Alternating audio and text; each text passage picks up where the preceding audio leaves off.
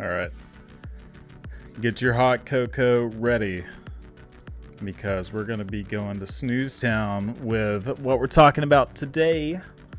All right. Are you guys ready? See, look, this is kind of like some foreshadowing right here. This guy right there. Yeah, you see him? You know how he liked to play with the war horns and whatnot? Well, we're going to be looking at something a little similar to that, and this is the TheCardGuyz PT5 Dark Horse. Okay, so let's just look at it.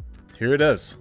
This is the list. Okay, so this can be built many different ways, and I know this is probably not the most optimized way, but I have found success playing this variation. So this is what we're going to play today. We're going to check it out, and I'll kind of explain how this goes a little bit.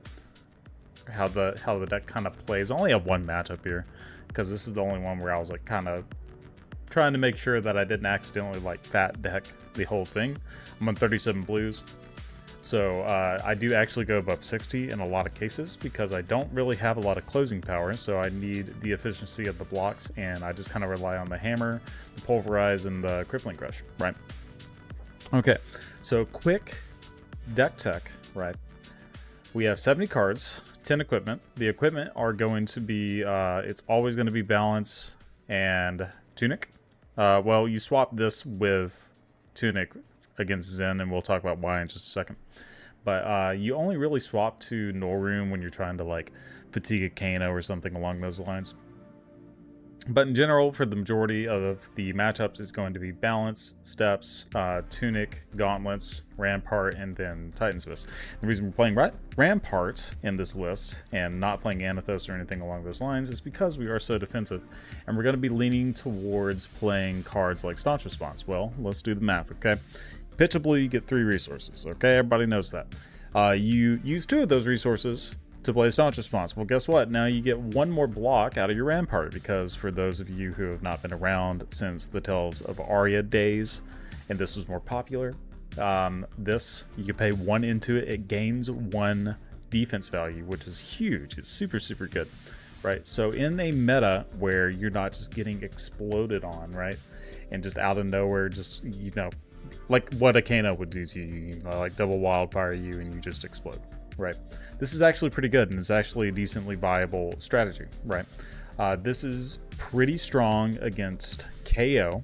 I have actually beaten Kanos with this, so we can look at kind of our results here. Played a few here, so I beat a Kano.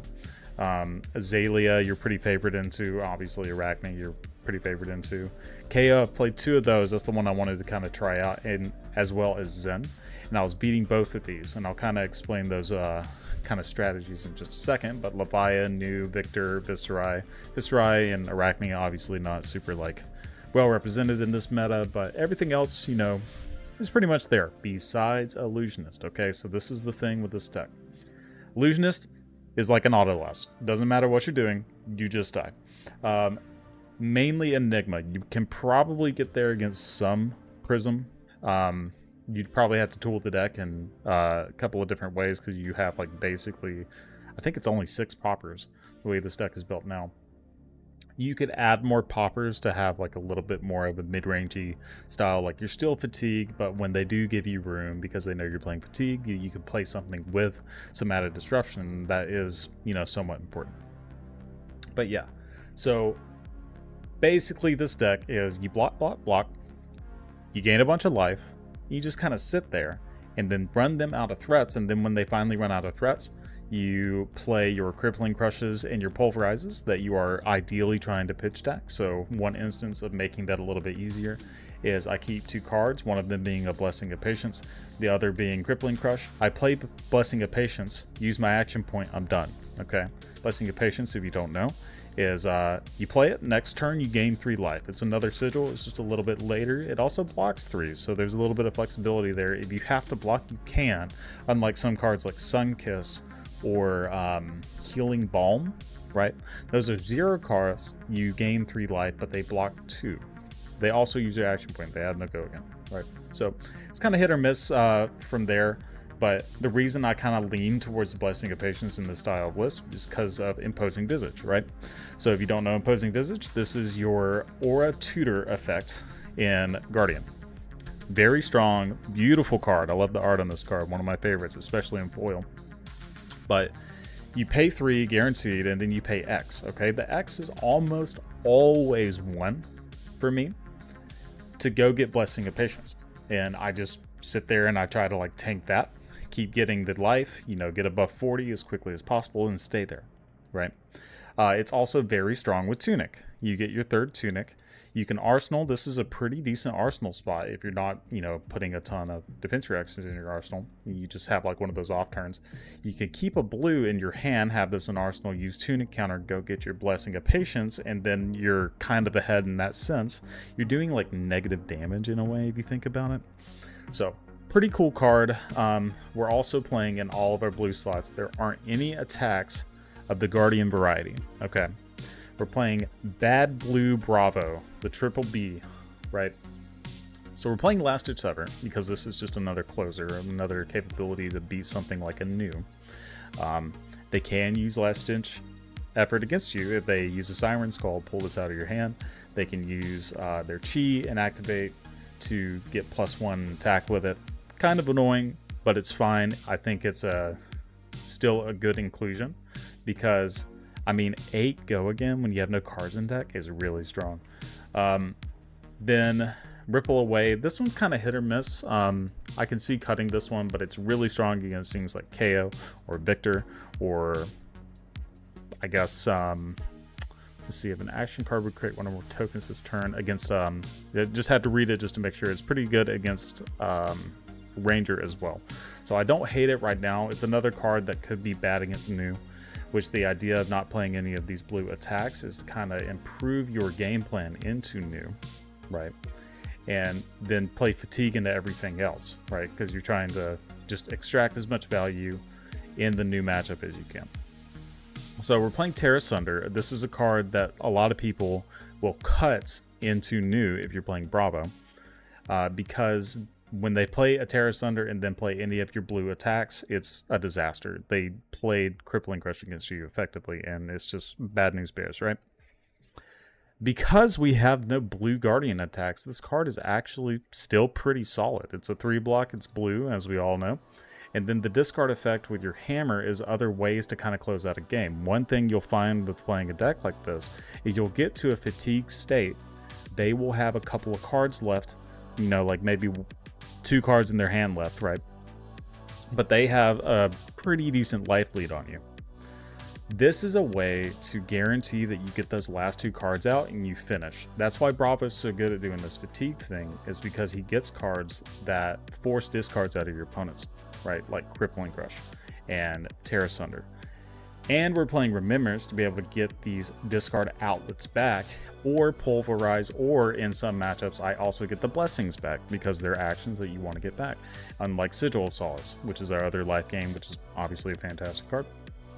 And then Heart of Final for the obvious synergy with when we're a little bit behind, we get the Rampart value plus Staunch Response because we're playing 8 of them.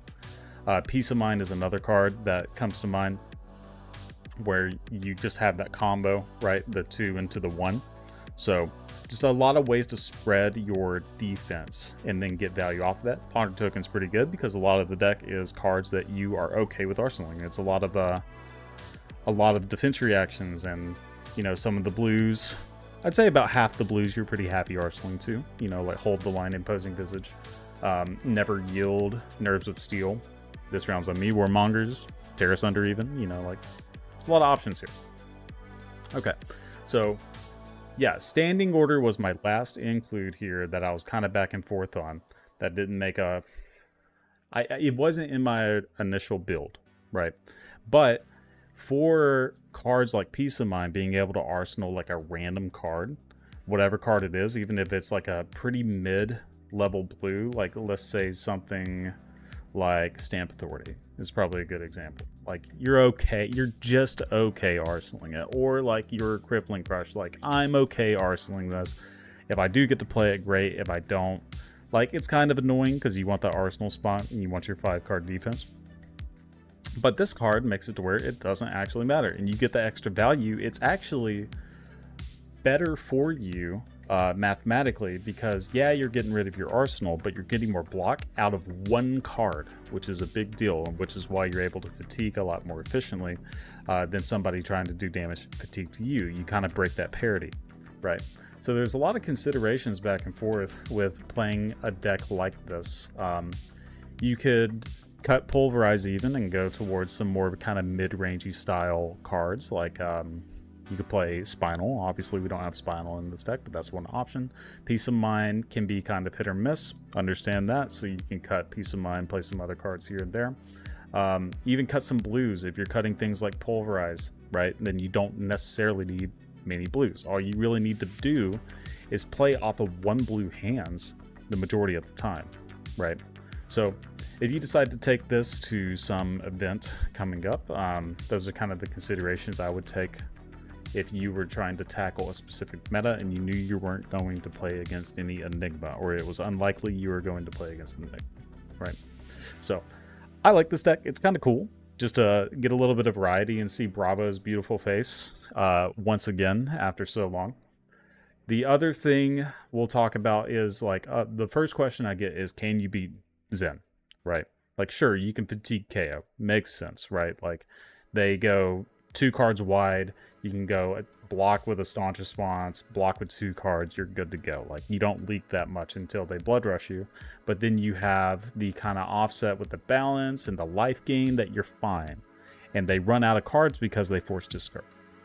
So the question I get is, can you beat Zen? The answer is yes, you can, but you have to be pretty smart on how you block, right? So if you believe that they have, I believe the card is called Grains of something. I'm still trying to learn these Transcend cards because I haven't played as the hero specifically myself, but the one that gives +1. Okay, so that one can blow out a situation where you get your Nerves of Steel down, they attack for 2, they Grains it, and then you get no value out of that, you lose the Nerves of Steel. Now you've kind of gotten behind on that. But the reason that Zen is playable and able to be fatigued is because of this card right here, okay? So this isn't something that people are very often going to see. I guarantee if you started playing like more recently, you've never seen this card in your life. You're like, what is this? Like, why would I even care about this?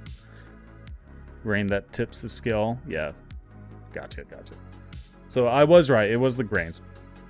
But yeah, the reason this card is so good in this matchup is because the majority of their attacks through their pretty standard style turns are going to be 2-power attacks. And if they're not 2-power attacks, then you're very happy just giving up, you know, your hand and kind of just weathering the storm that way. So when you play this card, let me go ahead and read it for you guys. So when it enters the battlefield or the arena, remove a -1 counter from a chest equipment you control. Okay, so that's one reason to play Tech Plating over Tunic against Zen, right? Is because you get the benefit off of this. This is the card you want to play against Zen. The other text is the important part though. So Battle Worn and Temper on equipment you control doesn't trigger if it defends an attack with 2 or less power, okay? So again, like I said, that is a pretty decent amount of what they're doing.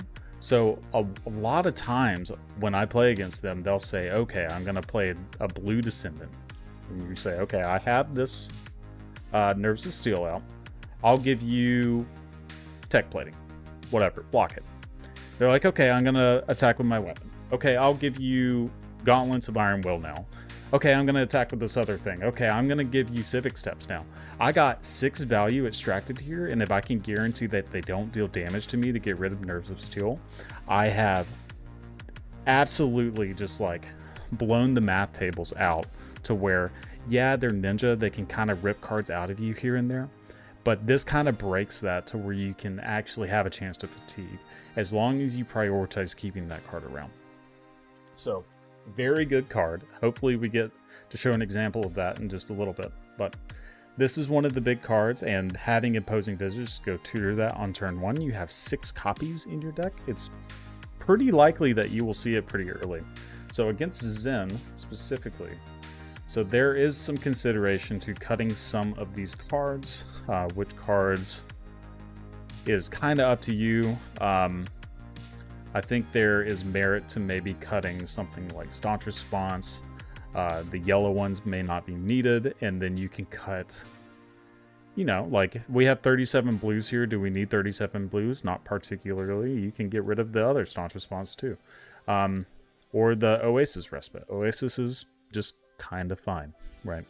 So it's not anything particularly impressive in this style of matchup. Peace of Mind I actually do like a little bit more. But yeah, Oasis is fine. It's not as good when you don't have Tectonic or Tunica. I'm sorry.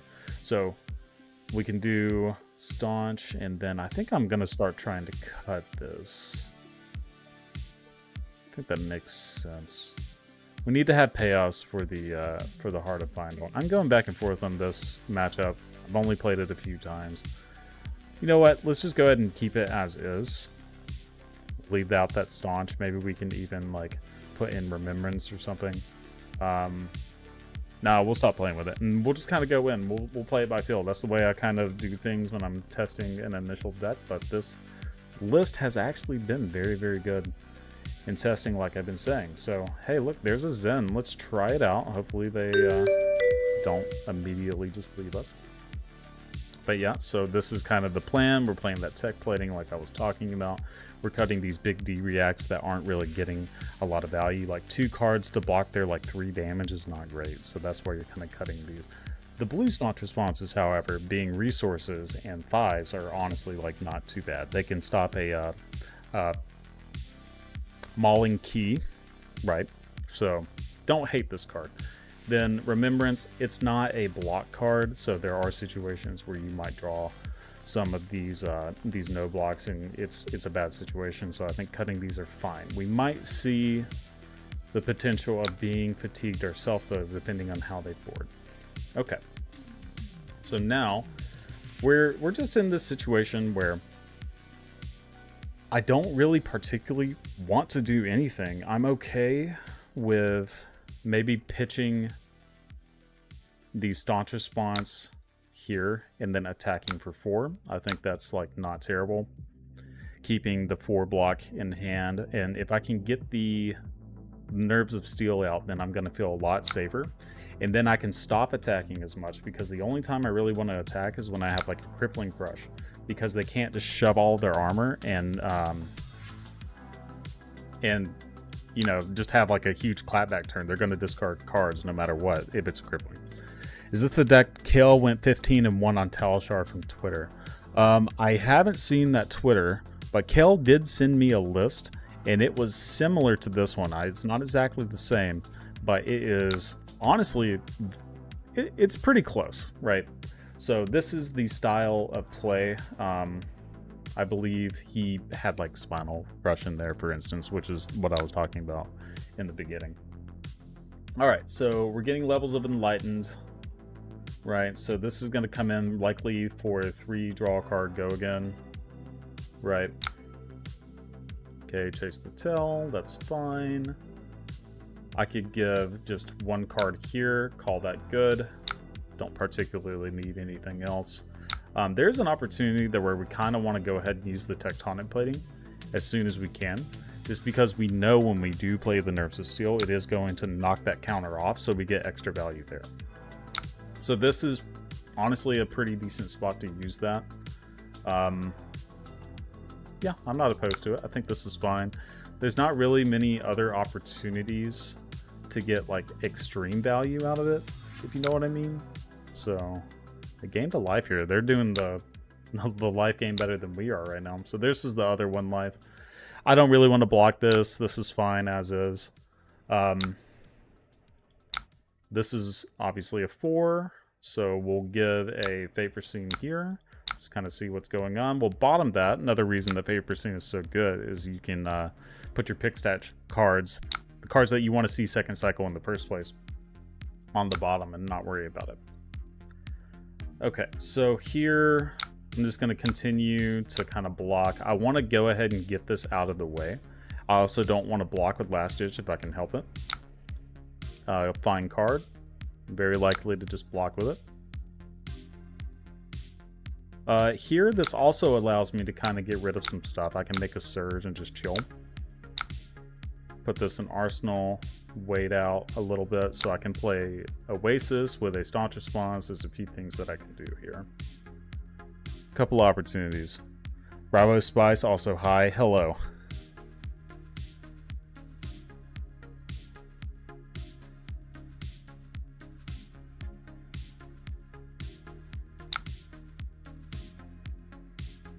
This is also kind of like, you can think of playing Fatigue like this as kind of a puzzle. I do kind of like to make that comparison every once in a while. The other thing too, I can Oasis and then I can gain up to 41 because they're a little bit higher too. Okay, this makes sense. Again, I don't really like to attack as much into this style of matchup because of the armor situation. They can just kind of clap back and it's like really bad for you.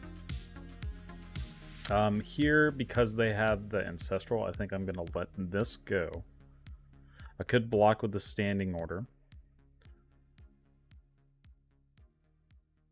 No, I think it's okay to go ahead and let that go because I want to use double Oasis on the 2 cards that they have. Okay, so this is coming in for 3.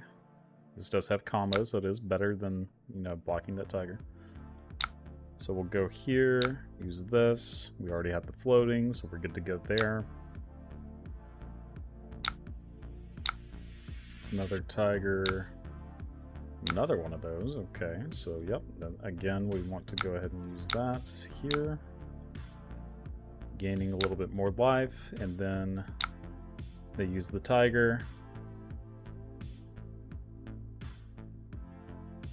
I think I'm happy just giving this card.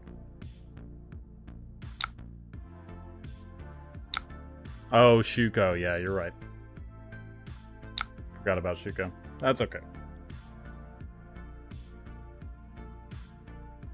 Alright, maybe Oasis is supposed to be a cut for the Shuko reason.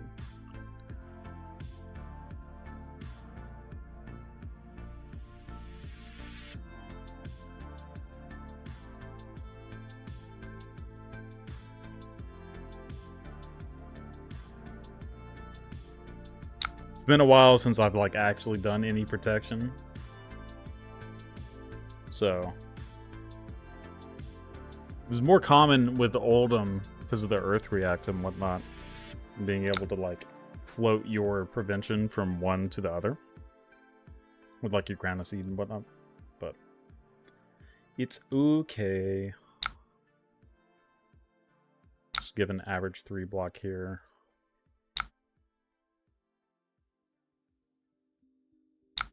Just get another card.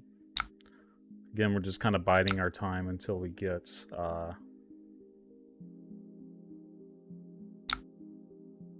Nerves of Steel or a whatever it's called. Nerves of Steel or Imposing Visage. Yep. So we have both of these. Now we're probably going to take a little bit of damage, which is okay because we have the staunch response for that, and then we'll be able to kind of push the initiative there. We can even, to safely guarantee that we keep this for 2 turns, take even a little bit more damage to Arsenal to sink below. You forgot that Shuko had that text? I also forgot that Shuko had that text for for the current state of this game. Unfortunately. Yeah, most of the time it's just like, oh, it's extra damage, which is pretty good, obviously. But yeah, not preventable is one of the main reasons to play that card. Okay, so don't particularly care about that. It's fine. Okay, I'm pretty happy just giving a 3, I believe. Maybe not. If I give a 3, then that means... Honestly, I just want to put this in Arsenal as quickly as possible, so I think I'm going to give this... This kind of feels bad because I might not get maximum value out of this, but if they present... Okay, hey, look at that. Very happy about this now. So now we do this. Perfect. Alright, just take 2. Alright, we're going to play Nerves of Steel. I'm gonna remove that counter from our tech plating, and then we should be pretty good now.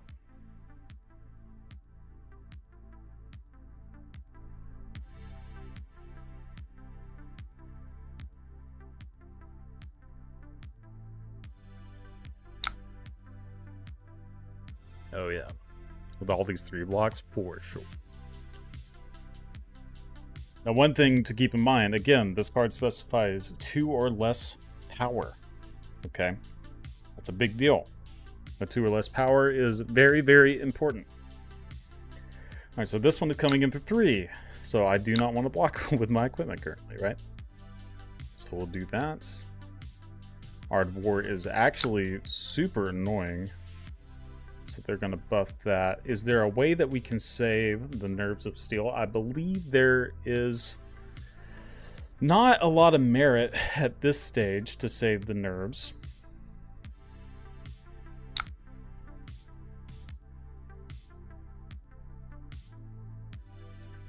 Giving up a card like that is pretty low value, so... Did you explain why you aren't on tune? Is it because of playing? Yep, that's pretty much the main reason. You hit it on the mark.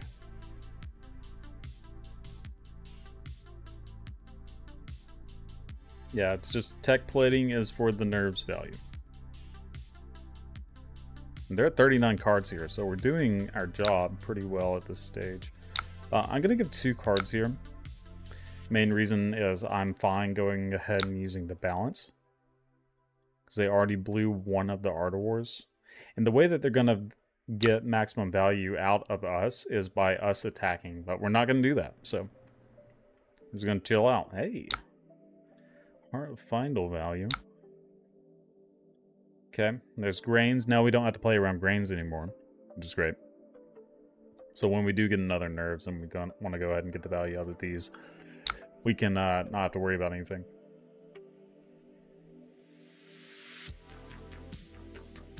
So I want to play Never Yield next turn. It's kind of my goal here. Multiple 100 ones. Very strong.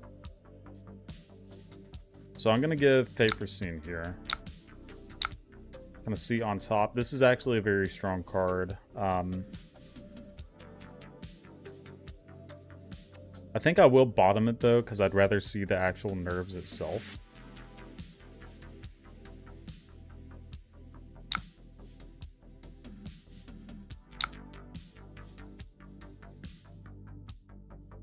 Here, I'm okay giving chest plate once again, just to get the value. When we do see the other nerves, Kakura, another attack. Okay, 3, that's fine. We're gonna go back to 21 anyway. And this gains us 2 life too. This is almost like playing a sigil together. Okay, there's a blessing.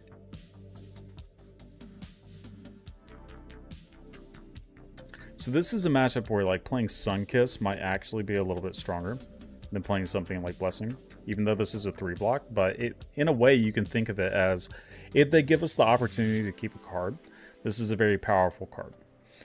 They aren't actually going to give us an opportunity to give us a card, hopefully, so we can get the value out of the extra draw from Never Yield. But yeah, it just completely depends on what they're trying to do. If they just decided to pass, which would be kind of weird with the intention that they're trying to get us to attack into them, then we would just play the Blessing and not attack them, because they know they're getting fatigued type thing, right?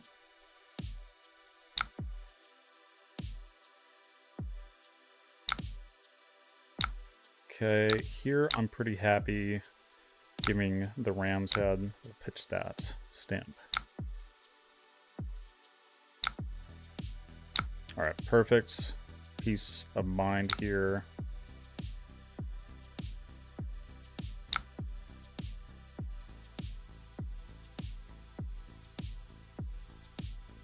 Okay, so they're passing, so we're not getting the extra draw off of Never Yield. And we're not getting the -1 counter reduction because we do have 4 equipment to their 4 equipment. But we will, however, get to be able to play this Blessing like we were talking about. They left us with a few cards. Right. Do I want to arsenal this? The likelihood that I see another standing ore is actually kind of high, so I'm okay arsenaling this card. There's a Nerves of Steel, so we want to kind of try to keep that, if at all possible. So the block situation will be Ram's Head, Peace of Mind, probably.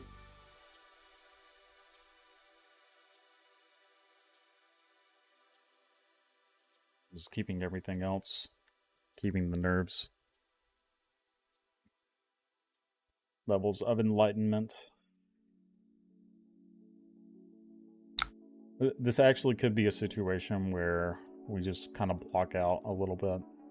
It's not a blue, so they have to pitch the blue to even get the first ability on this, which would be Go again, right? So they might have gotten a very awkward played hand. So what are they getting with the Chi?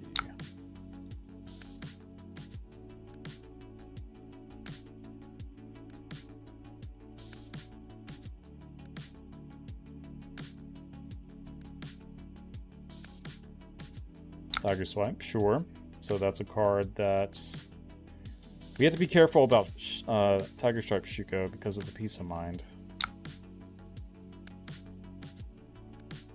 I think I'm okay taking this. Well, it's a little risky, but we're at a virtual 23 anyway, after taking that damage from here.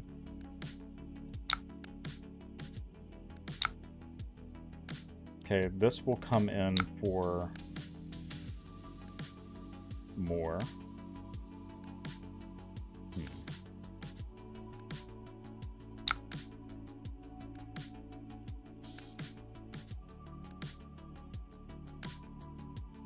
This doesn't really do anything, but this will get the Tiger Stripe up to 5, which means that this Peace of Mind is like actually garbage. How do you play this hand? It might end up being block. This is a tough turn.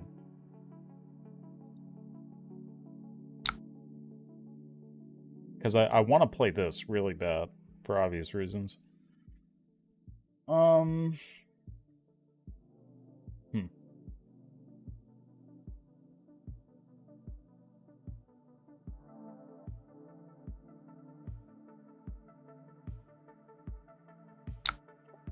Okay, I'm gonna do this because maybe they play something else afterwards that I'm okay. Yeah. Nope. So this is shoe code, so we do just have to eat this, unfortunately.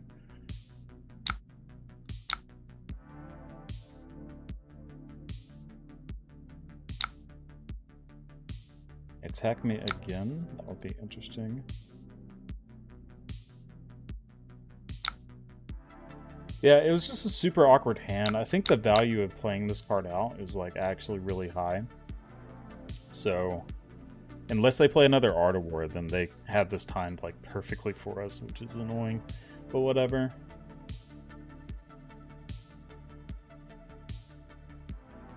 While they're thinking about their turn, I think it is probably correct to go ahead and take this out. I think you can fatigue with 60. There is a possibility that it's a pretty high possibility, actually, that it is an Art of War. So I think I will pass here. The assumption that it is Art of War. I'll Fate Foreseen. Sigil is fine.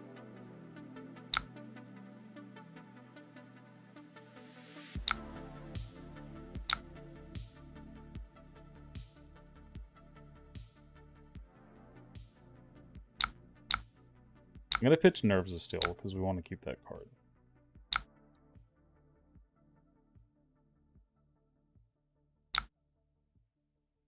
They have all the things to keep us off of our stuff. Very annoying. Very annoying. This is another situation where I think we just have to let it go. We just get no value out of our stuff. I guess we can do this. It's probably fine. Okay. Yep. Okay, so I'm going to make a surge here.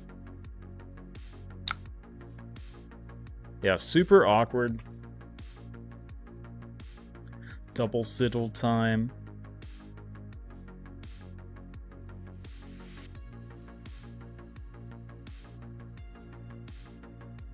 Where's my other standing order? It's like the next card.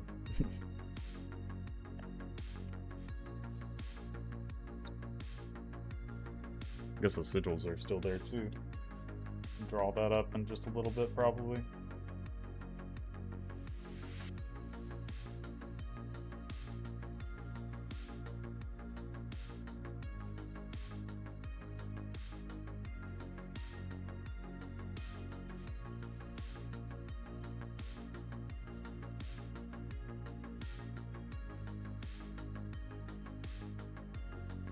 Okay, so this is coming in for 2.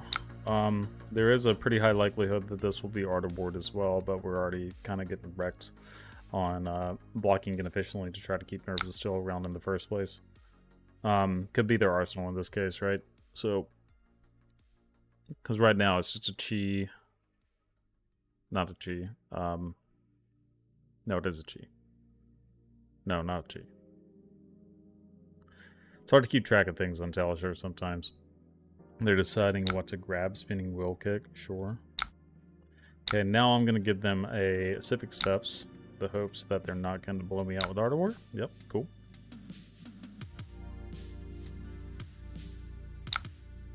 Okay, let's give them 2 cards here. And please don't hit me anymore. Ah, yes. Okay. So we'll get 2 more value here. Maybe. Alright. Oop, sorry.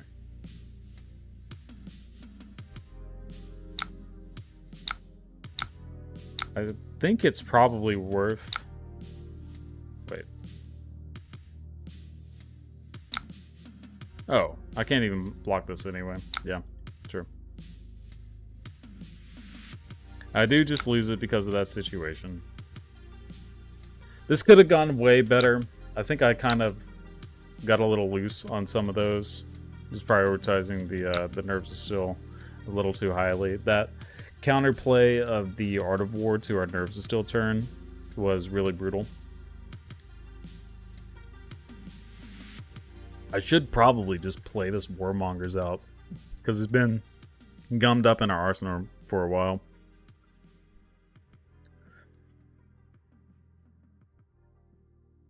I guess they're kind of trying to look for maybe a double Art of War turn. That would make a lot of sense to me.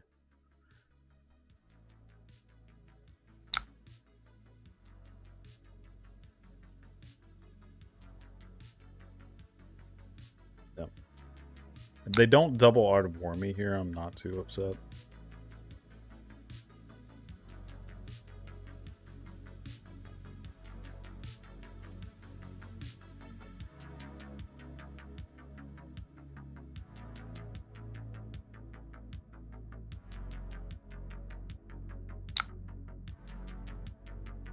More Crouching Tigers, they have +1, so this is going to be a pretty big turn too.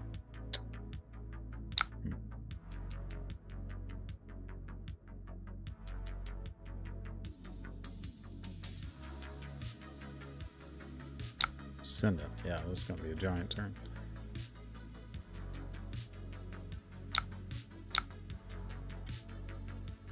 I'm not too hard pressed to get rid of anything here. These are all just 3 blocks. They're going to function as 3 blocks.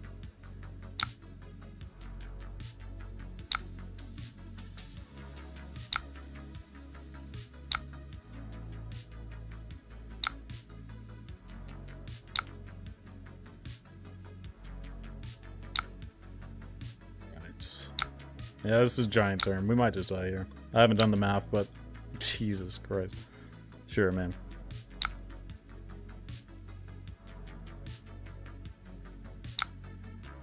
Eight. That's crazy. That's crazy.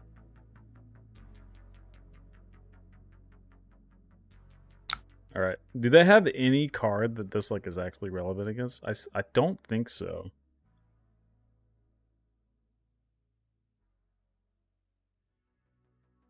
We do have Oasis, which is pretty cool.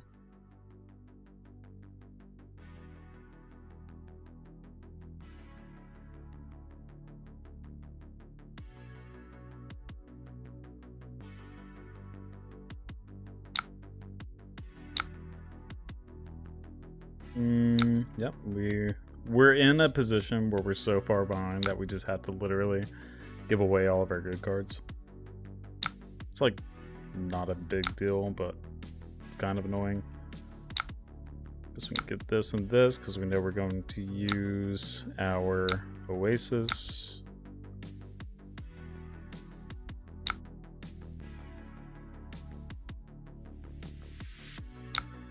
Okay, so they're transcending again. We're likely screwed because of that. We're going to try this without the Oasis very soon.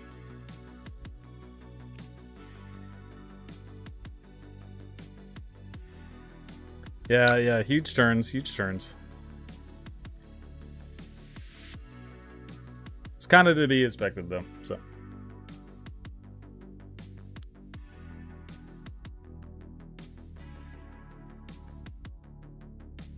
That is correct. I do need to block every single one of the attacks. Okay, so this one is another forced block.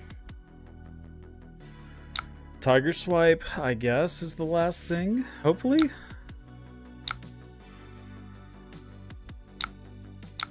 Tiger Swipe. Then we're dead to the weapon, so, yep, cool. So, in reality, this isn't that bad of a matchup. I know it looked really bad there, but I think we got a little bit unfavored. And I also played a little bit poorly, probably. A whole mishmash of everything. Whoops. Sorry, buddy. I need to go back to the PT5 Dark Horse. Alright. Who are you? God dang it. I keep going to deck 42.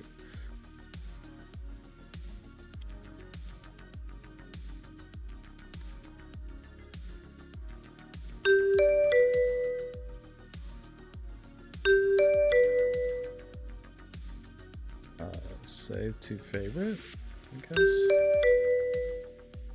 I don't know why it just keeps doing that. Okay. Usually it like just gives you one of these and stays. Oh, that's me. We're all over the place. Okay, this one. Surely you're a Zen. Never mind. Nobody is available. No. Teklovassan. We can't play against a Teklovassan. We do actually just lose. You wouldn't fully commit to nerves? Yeah, you're probably right. But that is how I found that I'm able to actually fatigue them. Otherwise, it's not like super, super reliable. So, all right, please. No, I'm sorry. I guess this one's like, I'm trying to get more meta decks. I guess I can just like do my own here. See if somebody joins. Like literally any meta deck would be greatly appreciated. Any of like the top 5.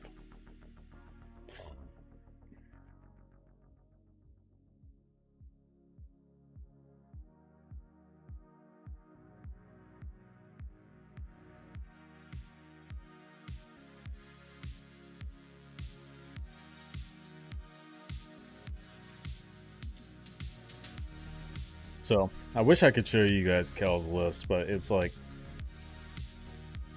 I don't feel right doing it because I know some people who might be bringing it to the PT, so I don't want to just like divulge the information entirely. Again, it's pretty close to this style, it's just a little more mid-range to kind of give you an idea. So, a little bit more agency in some matchups. It gives you a little bit more of a chance against like Prism, and you're still going to lose Enigma for the most part, but you technically can get them, so. You've been playing this list for a while? Yeah. I think I'm in private. I'm not in private. Enigma. I guess we could try Enigma. It's going to be kind of boring, though, so... The main thing to, like, kind of show is everything that's not Enigma, to kind of give an idea of, like, what's good and what's not.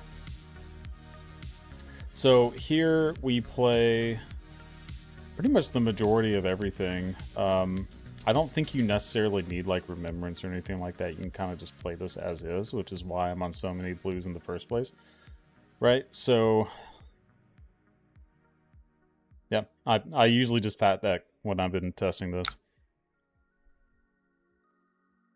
Oh, really? Really hope Terra gets an adult. The hero ability seems really fun. I agree. I think Terra would be an awesome hero to play. Okay, so I think the best thing to do here might be... it's probably to Arsenal, to be completely honest. I'm kind of tempted to play here. Maybe we can do that. Yeah, let's pitch the Sigil, actually. It's not my, like, initial response, but you can go get a Blessing here and just kind of chill. Then you get an Arsenal. That's, like, effectively a D-React, which is really strong.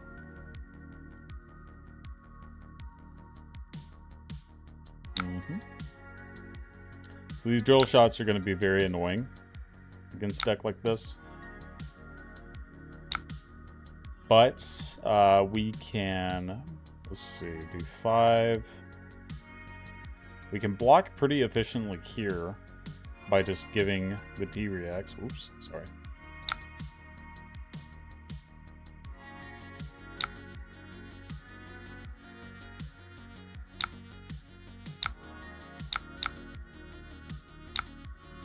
Let's give this here. In case they have another, like, if we draw another red, we get rid of this, this is pretty bad. Like, if they play, like, a Rain Razors, we're gonna lose so much value off this Rampart. So, I'm okay just taking a turn off, I believe. Just in case. Okay, that's fine. Honestly, make him Ice and Earth with the same ability. Just pay 1 for Ice as well. Would be really neat.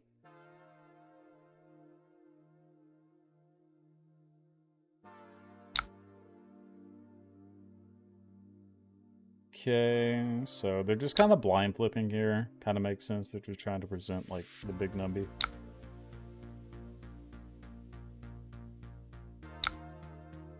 Alright, so... pinch reactions can't be played from Arsenal. It's important to note. So we can do the same thing that we kind of did last time and use this.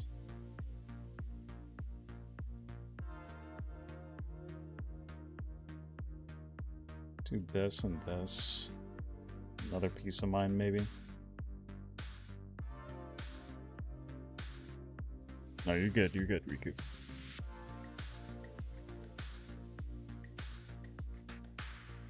Okay. I think I'm just going to give this and then try to get another block here. Okay, yeah, that's a good block. That is one of the ideal blocks, for sure. Codex. Okay, so what do you get here off of Codex? Drill shot, for sure, right? No way to pump. So, simple.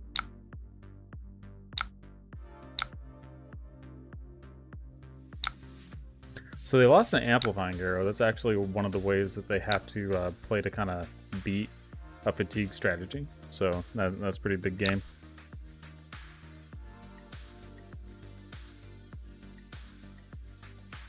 So you pay 2 for a Frostbite, and Might would be neat. Ah, I see. Yeah, so you can do, like, each of the tokens. I still think the Might situation is cool because it doesn't specify what turn. I don't believe it's going to be a adult hero, unfortunately. And that is the situation currently.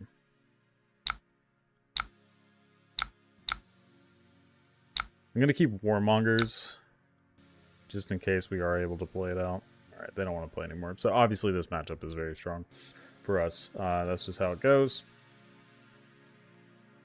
So Aelia is like literally just a buy pretty much. We can try this matchup. This matchup's actually very interesting, believe it or not.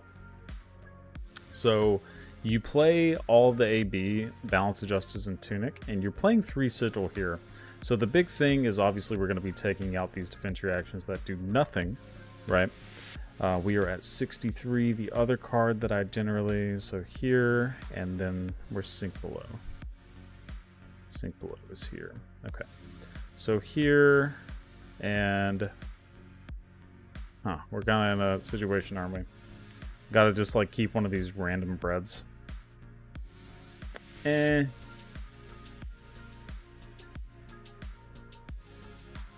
the variation that I had that didn't have Tectonic, I had another yellow Staunch, so it like actually worked out pretty well. And part with our card could be fun playing Commanding Respect and Concuss for some hits. Yeah. See, that's why I kind of like, I've been kind of theory crafting him as well. I think it's super, super interesting. Okay, I don't want to keep any of these cards, so I think what I'll do is just like pitch the Pulverize. It's very mid. Another thing is if you play the more mid-rangey style, a lot of these attacks are actually just like Pulverize, you can cut, and you can play something a little bit better. So here we're going to pitch for obvious reasons. And I'm pretty happy passing priority and arsenaling this if they allow me. We'll pay 1 here. We'll pitch the Crippling because we don't want that.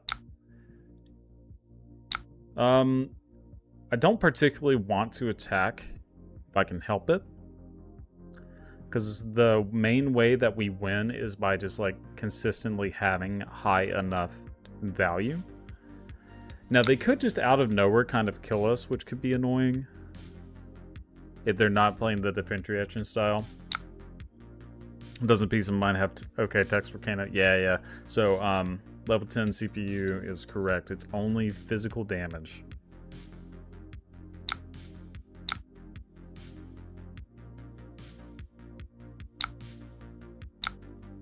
Okay, so I'm happy to go shields down right now. Just for a second, just because I do have this Oasis. And then I do have the Tunic as well, so this does just kind of work out. And I get the Arsenal to Oasis, which is pretty solid. And they are just allowing us to pass the turn, which is sweet. Okay, so it looks like they're pitch stacking in response, or they're not pitch stacking because they're casting less than Wombo, but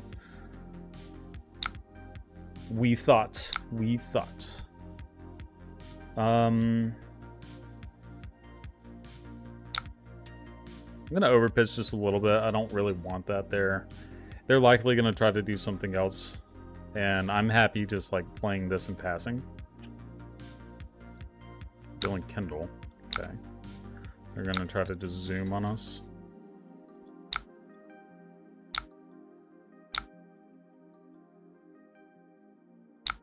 Ocean, sure. They drew a card. They have Kindle. Honestly, this is kind of a spot where, like, I'm tempted to play this. I don't think it's terrible because we do have the Oasis and we can get them to burn some stuff. We're at 49, right? So, like, it's probably fine.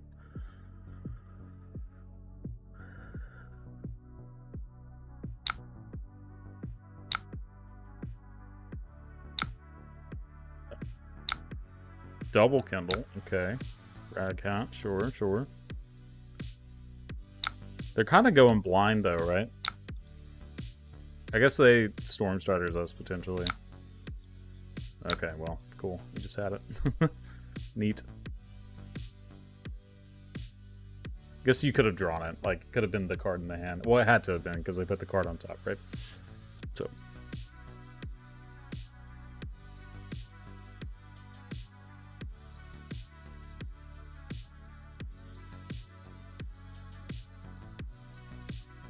I think it does say physical attack. Let's look real quick. Let's see. Peace of mind. Dealt damage this turn, prevent 4 of that damage. Attack damage? I guess it's because of the icon, right? Which makes sense to an extent. So is this card playable? Yeah, it's the other, is this card.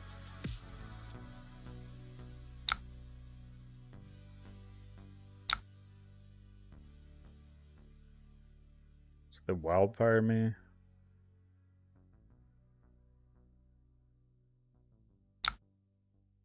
Okay, don't care. Kindle again, sure. The triple kindle me. Jesus Christ. I don't think there's a way we die, right? It's just not like super feasible.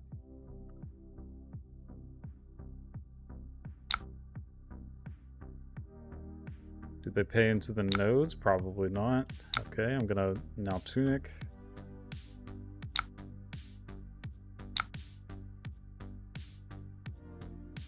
Oops, gotta undo that.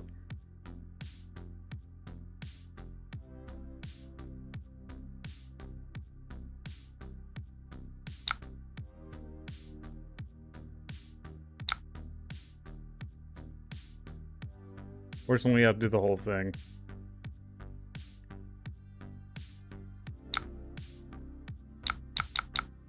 Alright.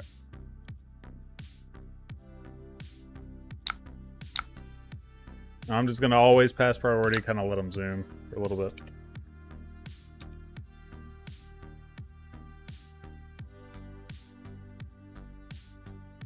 I missed the opportunity to Oasis is the problem.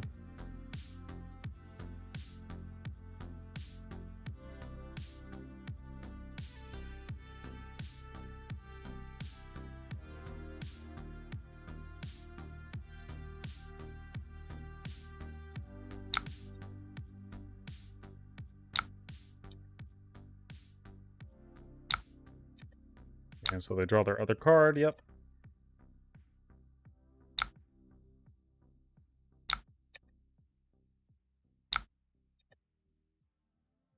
Okay, now that it's on the stack, I do this.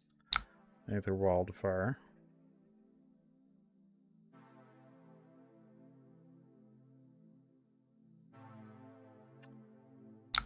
Sorry, it's pretty intense turn at this stage, right? So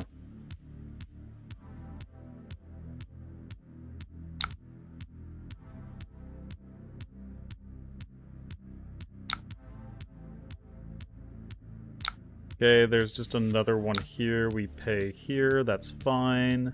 This will get buffed for obvious reasons. We pay 3 here as well, or actually 2.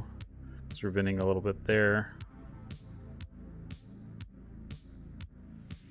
Aether Quickening is coming in for 8. So we stopped a lot of that, which is pretty sweet. Cool.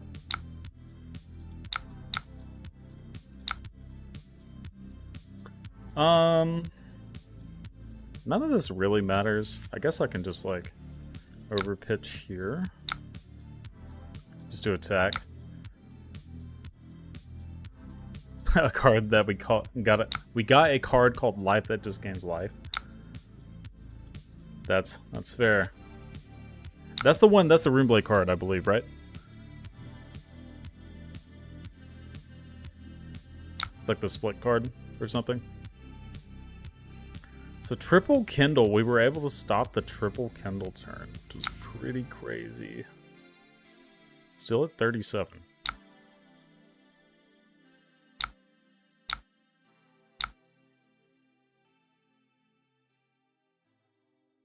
Yeah, super solid turn. Yeah, having all this life gain, like, people say that this is cursed. I guess if they, like, pitch stack, we do kind of just lose sometimes if you don't have exactly double Oasis, but there's no benefit to actually playing this card. It does literally nothing, so maybe we just get rid of this here and just keep the blue and just keep attacking a little bit. Excuse me. More blues. Yeah, the split cards are sweet.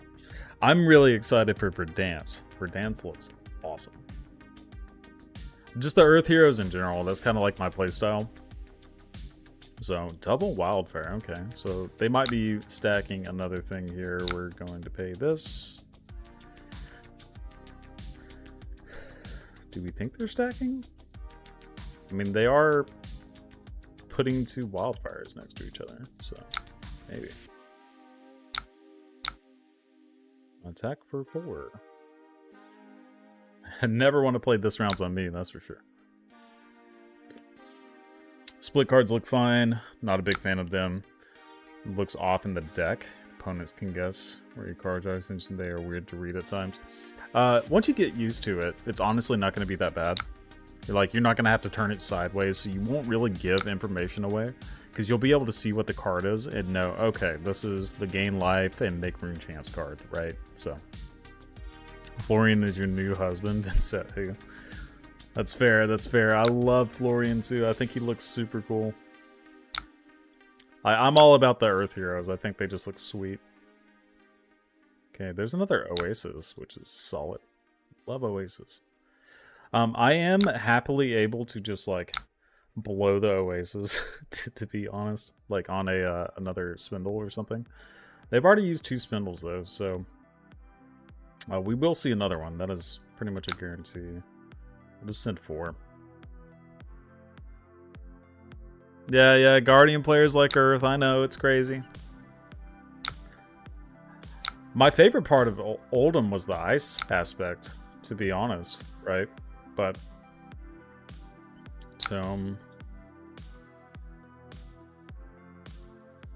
Where? Okay.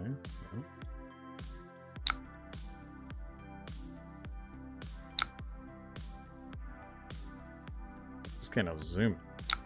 They are pitch stacking pretty well against us, but we have the counter to that pitch stack. Oh, we're pitching this. Good to see you, Alan. Alright, so helps that one side of the split card will always be the same. It's true. That is true. Oh shit. Yeah, Oldham became like mostly Earth at the end of his life, you know? Because he became more of like a Anathos style deck. Well, it was all like Titan's Fist, right? So that was kind of the important part of it. I'll give 3 here.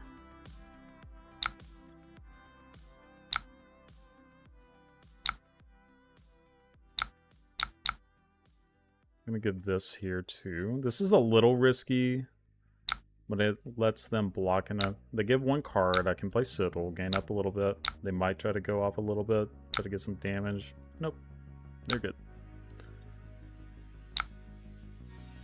Turn your head sideways every time, and they'll never know. That's fair. That's fair. That's a good point. This is coming in for 2, so I'm happy to give Tunic. We just definitely want to do that. You can look at the top card of your deck. I don't really care. Put a card on the bottom, looking for their other stuff. Makes sense. Okay, there's that staunch response we didn't want. Kind of forced into playing.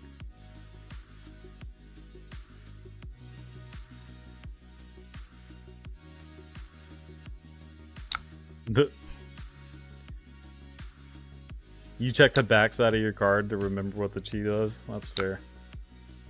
I would do that too if I played any of the MST heroes. 1 card. 1 card at a time.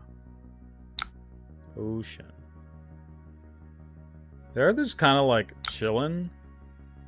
They're not zooming yet. Oh, well, that's okay. We'll just overpitch this crippling, I suppose. We can give away you.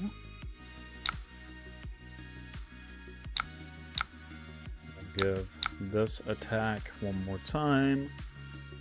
Get inside out cards where you build them to reveal special abilities. Look, I feel like you're a dev at LSS right now. Like you're You're spitting some really good ideas. I think you should write to them if you don't already work for them. And say, hey, you know, look at all these great ideas. It is my turn, right? Okay. Just making sure. Kano's one of those decks. We call him Comrade Kano. He says, my turn is your turn is my turn. Unfortunately, I don't have another 3 to be able to play with this, or this would be actually super strong. I'll just attack for 4 again. We're just playing this like random hammer game plan. They're getting to their pitch stack eventually too, so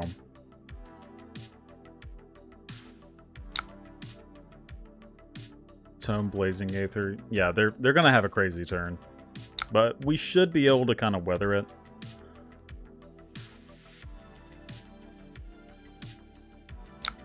I think I'm okay giving 1 card here and attacking here just to try to get a little bit closer, because they're not letting me filter very well.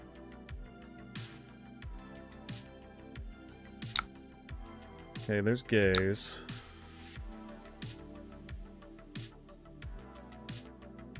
I wasn't keeping perfect track. Okay, there's the Wildfire. I fucked up. Ugh. Okay. Other Wildfire.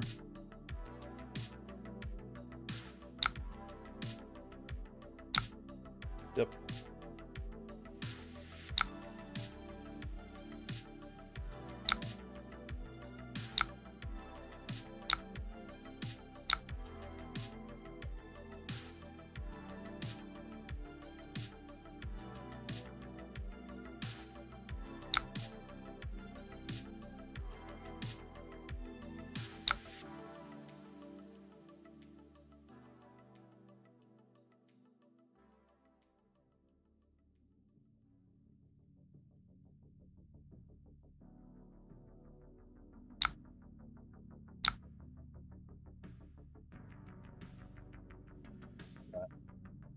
They just don't want to play anymore, unfortunately. Fatigue kind of does that to people. I was seeing if they wanted undo. I figured they wanted like a more relevant style game plan. We can't play this. It's rough. It's too bad for us. This is actually kind of an interesting game, so I'm okay like showing this one off. I don't really know what to take out for this matchup. I think I usually just like leave everything, which is kind of unhinged, but like it's fine. Appreciate it, appreciate it.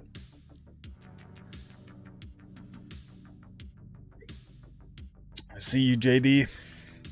There was another Jonathan earlier, so I got you mixed up for a second.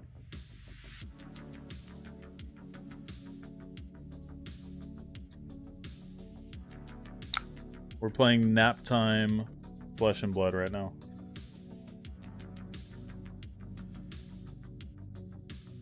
I guess I can keep this card for Arsenal or something.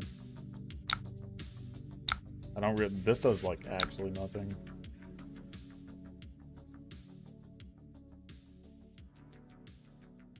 I literally am replying to you now. You need to chill, bro.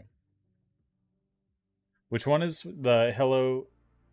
The new player that we're playing now? This is one of your locals? Yeah. Or Defentry X.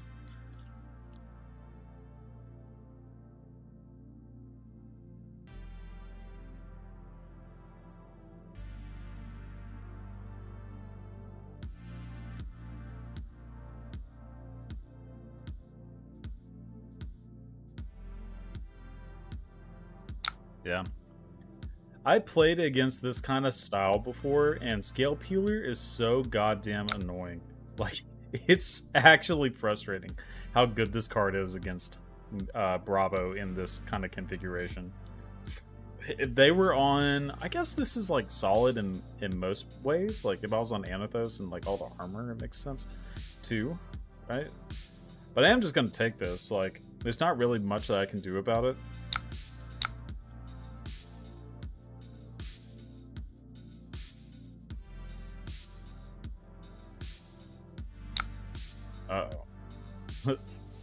all these D reacts. Good thing we have standing order, I guess, huh? I will pitch this. Don't particularly want that at this current iteration. Oh, shit. I gotta block with the standing order, too. It's so much easier in paper, I promise, guys.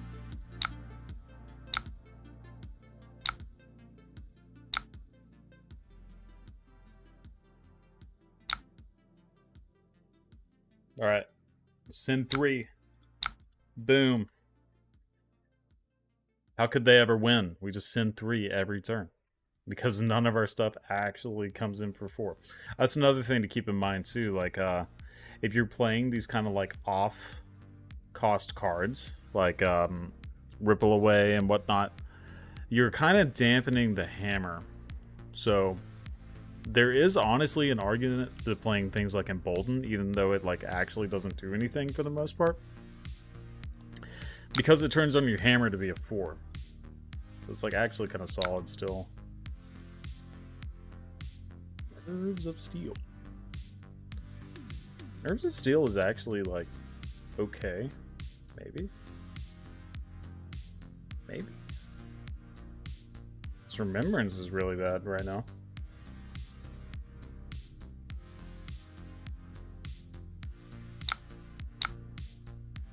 I'll take it. Give it to me.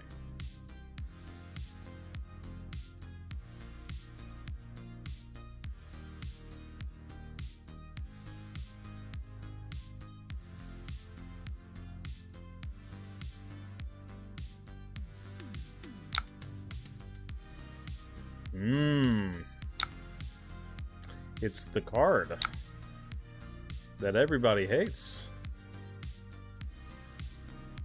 No, I take it back. It's one of the cards that everybody hates. Because it's hand hate. But it's not worse than Bonds, I can tell you that. Annoying.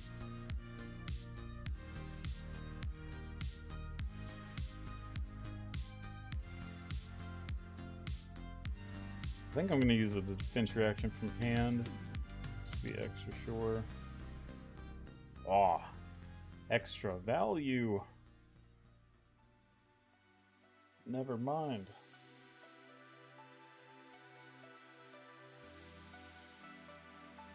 Go again. Okay. Makes sense. Okay, so they have a Slither and a Fang Strike in their hand. Alright, fine, fine, fine. I'll give you one card. I don't want to, but here it is. Oh, wait. I should have. Gotta get rid of this Remembrance. Perfect card to get Remembrance. Ooh, I can do this now too? Heck yeah. Sweet. Tunic Blessing. Leave no bitches.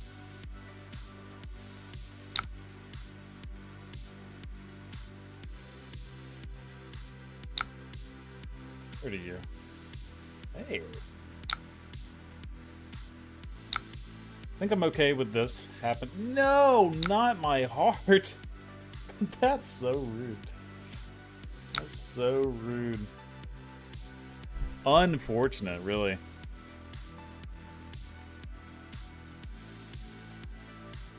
You can block with balance twice if you're hit with Scale Peeler. That is true. That is true. It's quite strong for that card.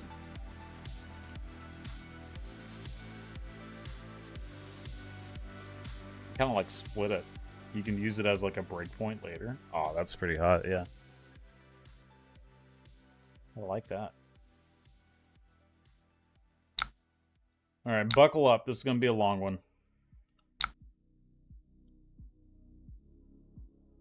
So they're leading with levels, so this is obviously a Transcend turn. In general, they're supposed to do that in response, right? So... Mask, that's fine. Honestly, I'm okay with just getting rid of this. It's like super mid. It's like fine. But I'd rather have the life gain. I think it's a little more important. They only have 1 card left. Yeah. Now we get to attack for 3. Sweet. 1 card. We're bluffing Pummel. Check out this Pummel. Haha. Got him. Yeah, I'll go to 42. What's up?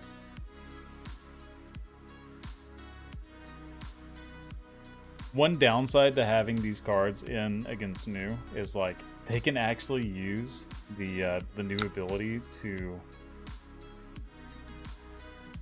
I guess they want to block. I don't know. But they can use the new ability to play your staunch responses, which is like really frustrating. So when you're like, okay, pulverize, and they're like, that's cool. I'm gonna block 8 of it. They're like, okay, well, it's unfortunate for me. Alright, now. Back to above 42.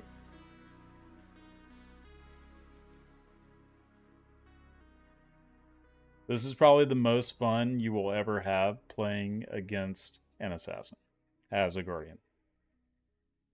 Because they want you to block, so you're just doing it for them anyway, and you're just like, this is cool. I'm happy with this.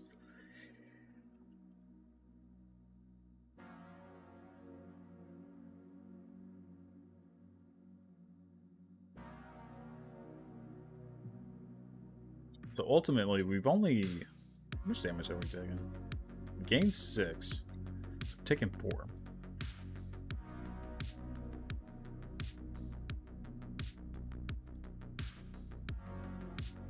They want to talk to me.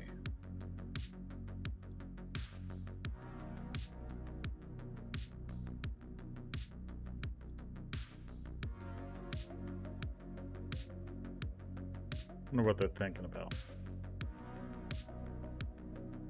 They just said that they're thinking. There's a button for saying that too. So they went ahead and used their undertow stilettos, which means they don't have a slither option anymore. On like, I guess they'd never have an option with their chi anyway. I've been playing a lot of Victor, as you guys know, so I'm kind of going back and forth on that.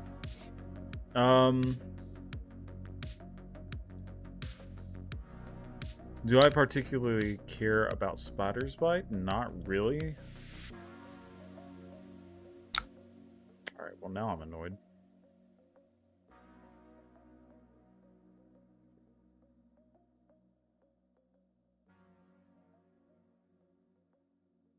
I mean, I still have hella block ready to go.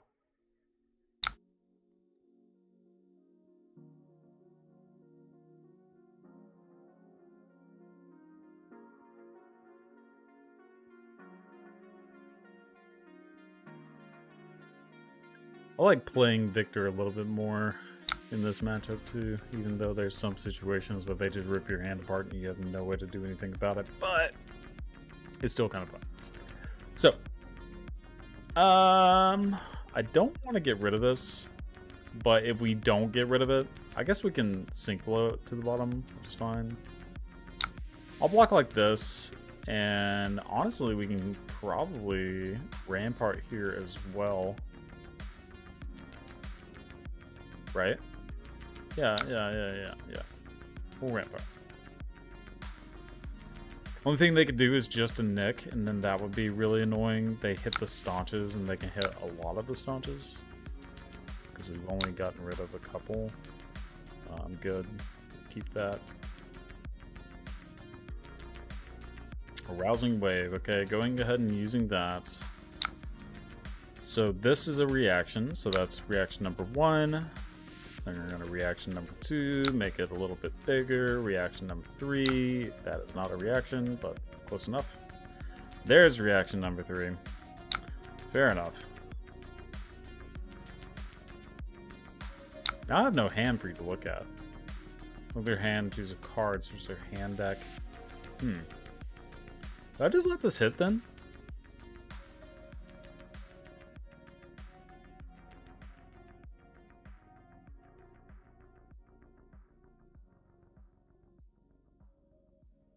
Yeah, this doesn't do anything. It's just damage, right?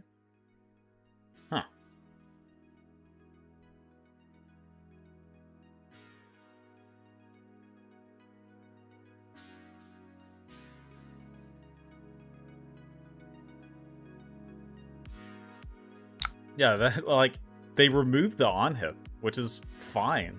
It's fine for me. Yeah.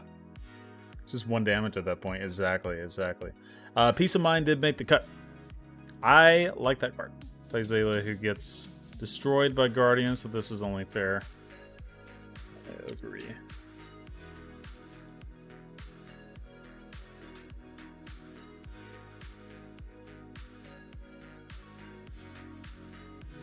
Okay, Scale Peeler. What just happened? Where'd that go? Was that me? Yeah, okay. I might do that block thing with the Balance of Justice very soon-ish. How many cards do they have? So they have 46. Let's see. 1, 2, 3, 4, 5. 16, 46. So that means it's 62 total cards. No, it's actually just flat 60. So they are actually like super easy to get fatigued. This does make their attack bigger. I'm not particularly fond of that interaction, to be honest. We want to pitch this kind of stuff, like these attacks, right? We want to keep this one in hand if we can.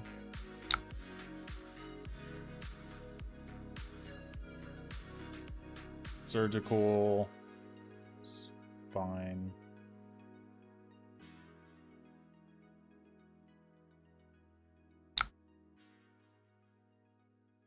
They're gonna last ditch me for the win? They could. They could, but we're not gonna let it happen, alright? It's not gonna happen. I know this doesn't count, but I want it to count. I'm not using the resources anyway, so just give me a break. Oh, banishing cards. Banish my this rounds on me.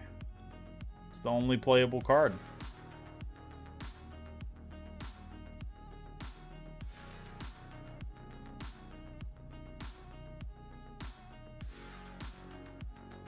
That would be funny if I got destroyed with with my own last ditch efforts. That would suck. Okay, so what were we talking about? Let's see. I'm assuming you already chatted on Guardian Pack. So yeah, I don't really know what to expect on the Guardian Pack thing, right? What the fuck happened? Oh.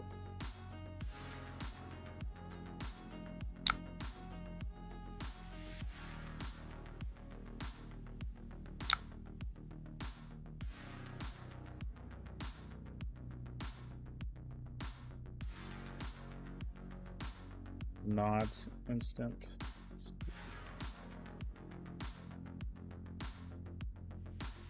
Stupid guard. All these extra texts.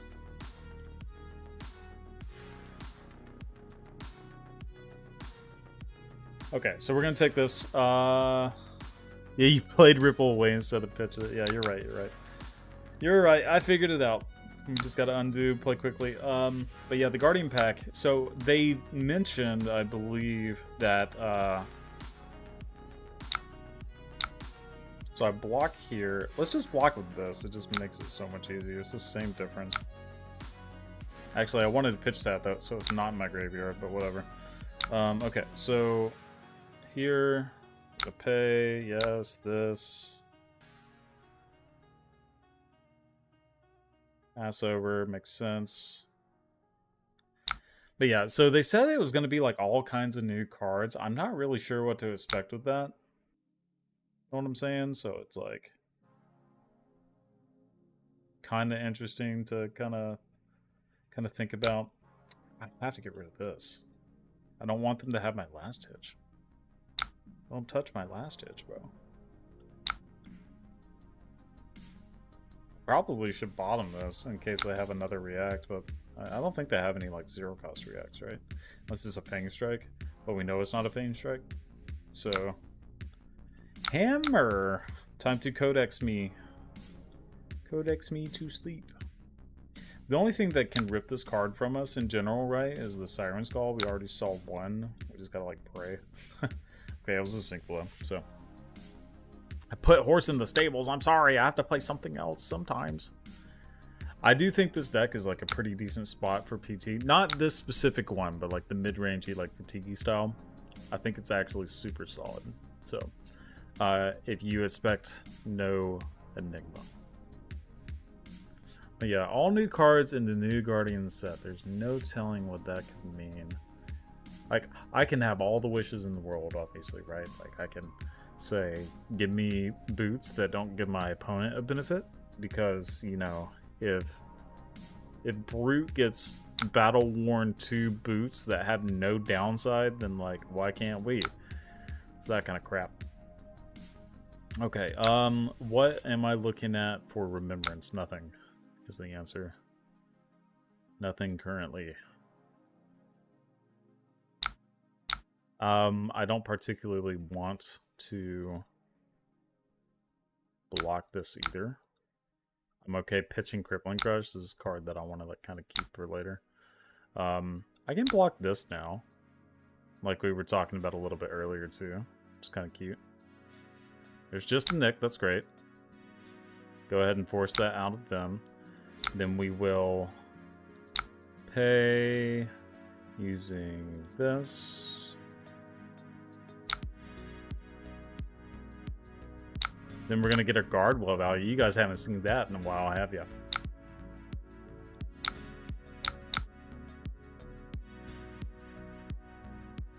Your Dark Horse pick is Great Axe Story. I mean, it's kind of like doing the fatigue style thing too, right? But like, people don't expect it from Bravo as much. I guess it's like kind of expected. You got to be doing something different if you're playing Bravo, so it's likely to be fatigue. That's what a lot of people think, maybe. But with Dory, I guess Dory is like kind of all over the place too, right? Yeah, I mean, fatigue decent. You just can't beat it in Enigma to save your life, right? So I guess you can have a Dawnblade sideboard. Be pretty strong. Oasis.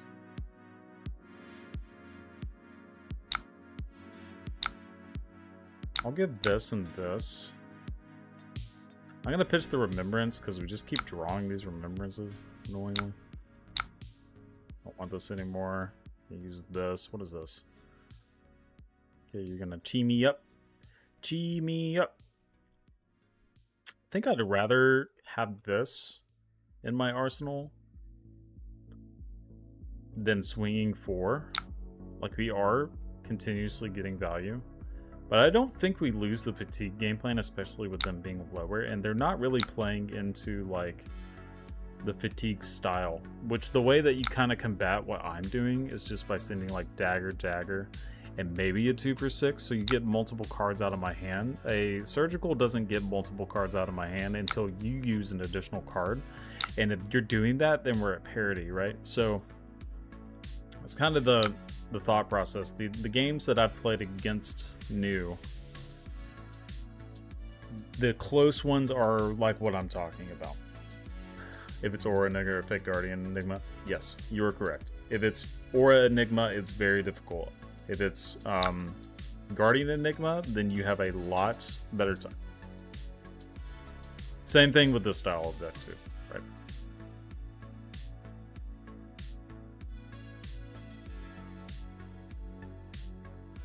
So 18 to their 16, so they are doing more to us inherently. I guess the first moment that I get the opportunity to block with this balance and they don't scale people in me, I'm going to try to do that.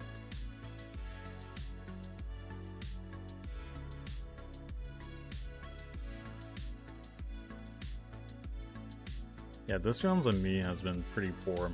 If you guys are going to build this, I would cut that and probably put in Embolden. Or Buckle. Buckle's a better one. I don't have Buckle on this list. Yeah, Buckle is significantly better. Then cut Ripple away for Embolden. And might be it. Because you just want like 3 cost or highers to turn your hammer on a little bit more consistently. Like, you still want Warmongers, I believe, and probably some of the other card. What? Hold the Line, right? I guess I've been pitching them. You still want those cards. Those are very strong. Okay.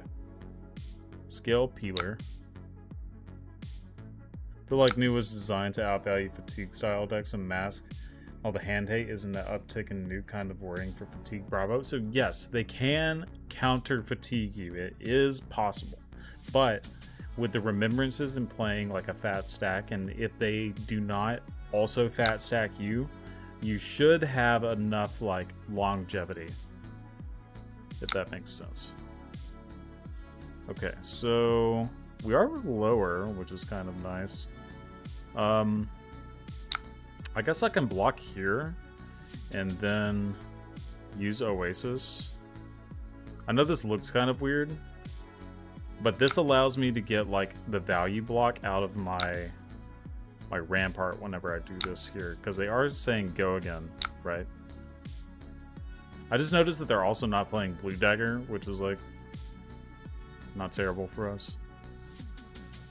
I guess if they're, yeah, they don't necessarily need Blue Dagger if they expect to be fatigued, right? Okay, so here we get the Rampart.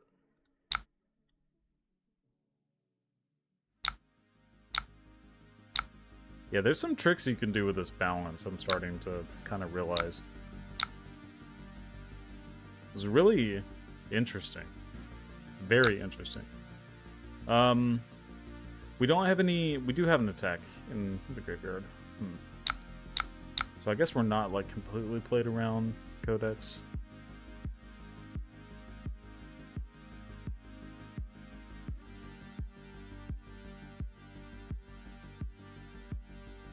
Swing that hammer. Swing it away.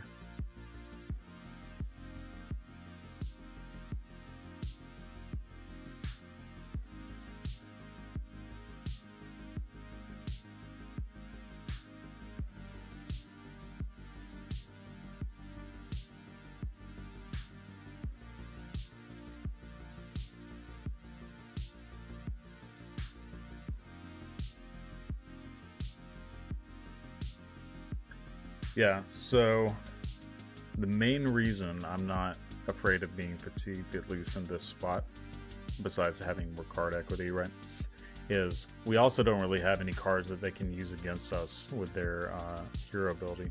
Like, we built the deck in a way that it avoids having a like horrible matchup against this hero.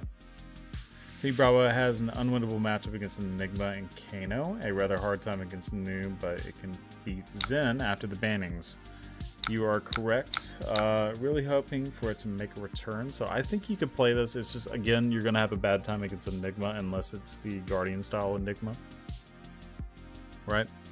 But, yeah, you can definitely beat Zen. And I think New's okay, like I've been saying. Couldn't tell if we're playing Fatigue after 2 games against New week 1. Yeah, they were probably still playing all of their poppers, though, too, if I had to guess.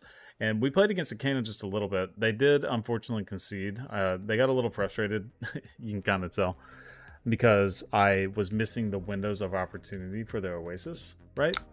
So,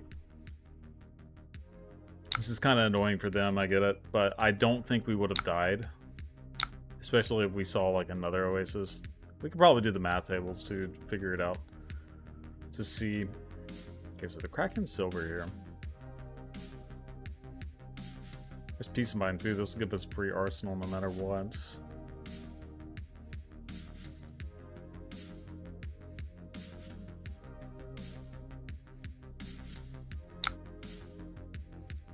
Okay, yeah. Use that money. That's what I do with Victor. I crack them golds all the time.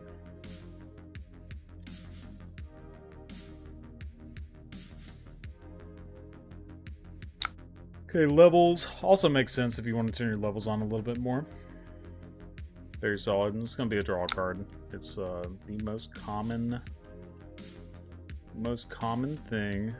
I'll give a Vapor Scene here. We kind of get to pick and choose what our arsenal is too, based off this ponder, which is pretty sweet. Maybe I'm tuning for the Oasis, which is solid. Yes. Does count. Hey, we're getting extra super duper value off of Fate Foreseen.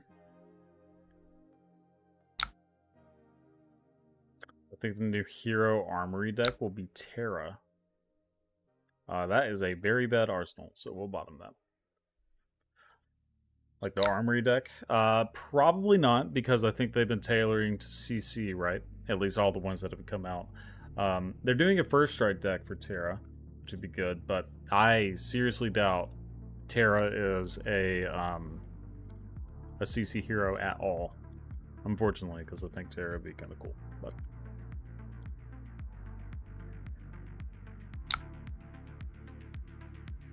okay, what do we do here? I think we're just ramparting.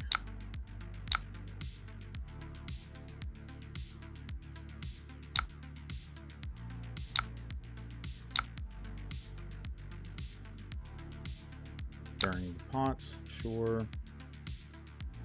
I'll go ahead and Peace of Mind, just make it happen, because I know they're going to do that. We're going to banish this Oasis. There's really no upside or downside to, like, doing one or the other. I guess, like, we get to keep our tunic.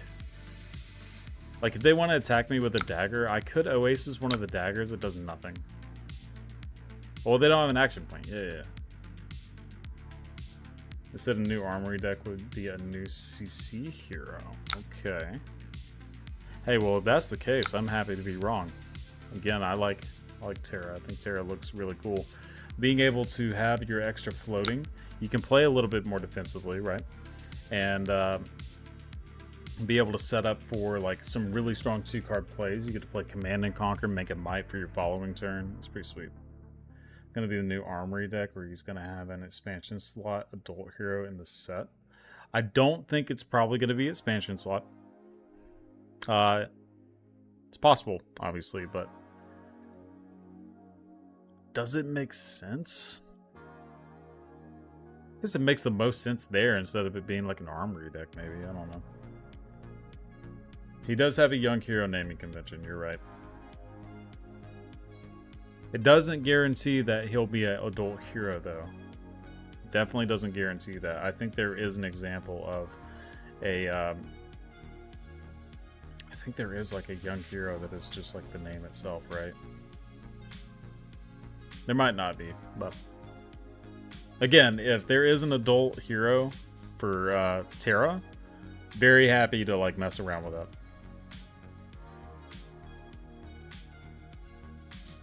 Okay, we've only played one Blessing. We can now keep 2 cards for Blessing, which would be pretty sweet. This is draw a card, which means that they're going to... What are they doing?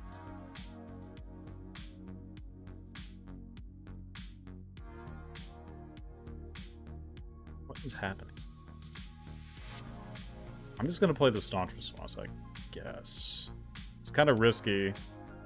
They don't have Goken, though. Like... What is the card that gives us Slither? Slither. Like a hiss? It doesn't hit this, though. Oh, they already had a Slither. Okay, yeah. That's my bad.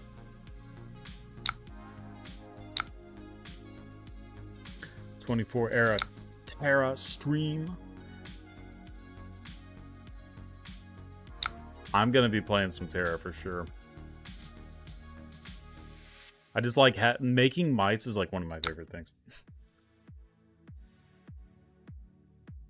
Tunic in the Oasis, because I would use it for, like, I didn't take extra damage today.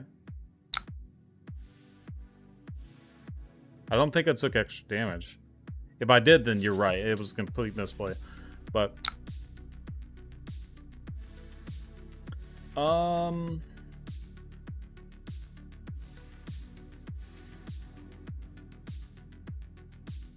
they could do some really funky crap to us. I guess we could do this. This is probably the safest.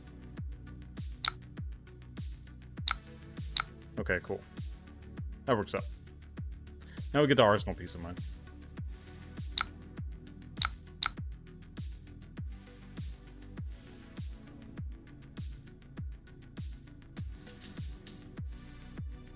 Gotta read mine, but I think it was 5 damage into the Rampart.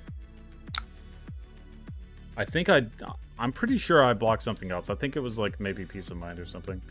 Because we're still at like 35. We're pretty high, right? Maybe I'm the one tripping.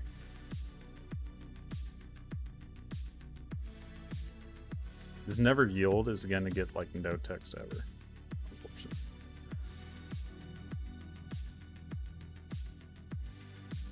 I don't really care about Spider's Bite. That's another thing too. Like with all these Bravo decks playing the blue non-attacks, it's just like, who cares?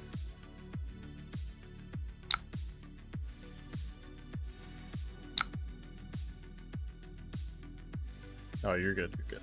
Yeah, because I have the Arsenal. So that's second Piece of Mind. So that was the first one here. Okay, so they attacked with Scale Peeler. Let's block here because this card doesn't do anything. If they give Go again, we'll want the Rampart maybe. Yeah, we'll definitely want the Rampart for the extra resource. So we'll block like this. Okay. Venomous Bite. Alright. Give it Go again. You probably won't. Yeah, make it bigger. Yeah. Bigger. Oh, it's even bigger. Yeah. Oh. Unfortunate. Get rid of you. I want the life gain pretty well. What's up, Getter Fox?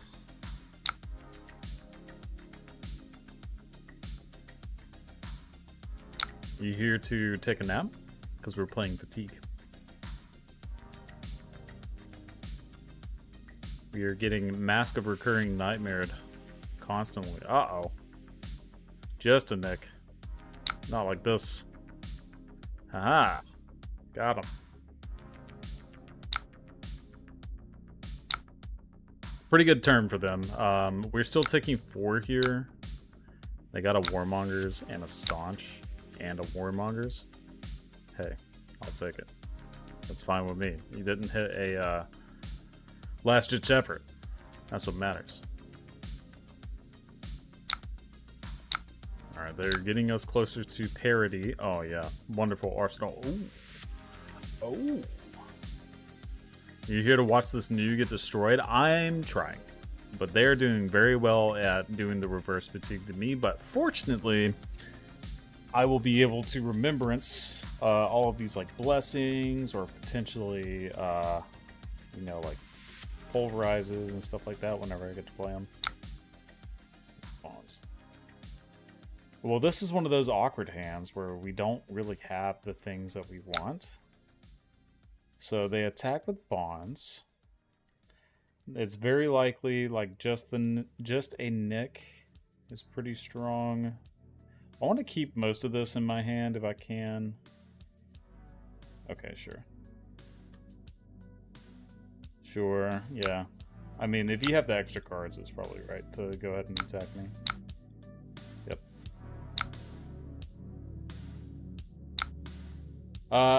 I'm just playing the fat stack, to be honest. That's what it is. Okay, so here we can go ahead and block with a card here too. We have the Oasis. I'm okay blocking here as well because we can go to 9 because the most they can usually do is like 10. This is like the only card that's annoying. Especially because we have this last ditch here. Yeah, Blue Staunch can be a problem as well. I was noting that earlier, but I do have Pulverize, so it's a little bit easier to kind of like justify it. It's just a nick, yeah. If they have one more big pump, this is a disaster.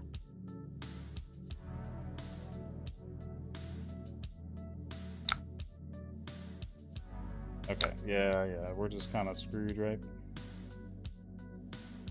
I guess we can just pray that they hit they're gonna hit last ditch every time. This could lose us the game, like, right here on the spot. This is really, really bad.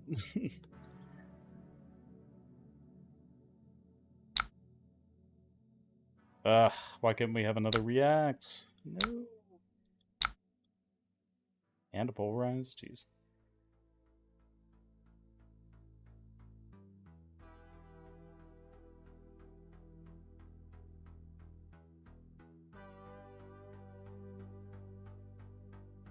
See you later.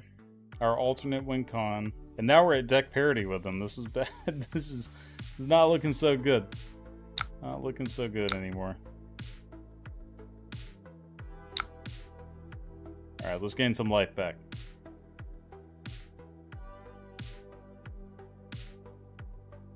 Alright. Unplayable cards. Yeah, maybe these are cards that you just like kind of cut for this style of matchup. I also think you just cut the card entirely. I think like Last Ditch is fine for the matchups that you know are going to go pretty long.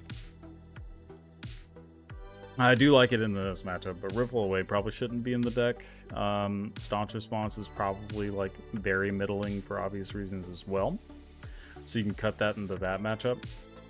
You can play Choke Slam. There's a lot of other stuff to be played. I think they do too, yeah. It's likely that they get there at this stage. Because of that Bond's turn.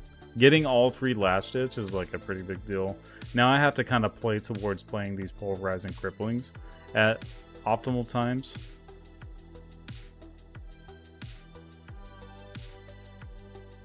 So maybe I try to Arsenal this. No, I didn't. Yeah, I was doing the grab and move around, and when you put it up here, it goes away.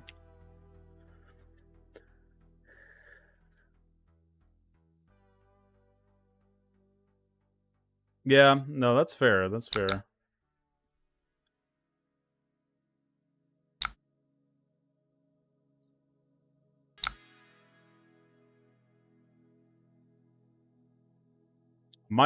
I might just have to block with this. I think it's actually correct to block with this, probably.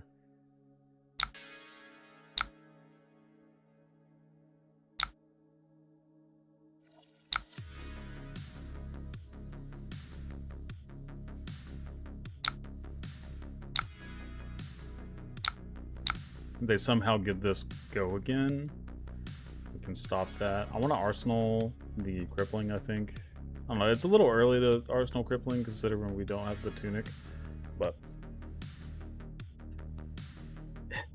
yeah, I can't wait until they do it. It's gonna be awesome. Okay, so again, I don't want to get rid of this. I think it's actually better to get rid of the Favor Scene. Just because like now we are less threat dense, like in-game wise. It's kind of tough.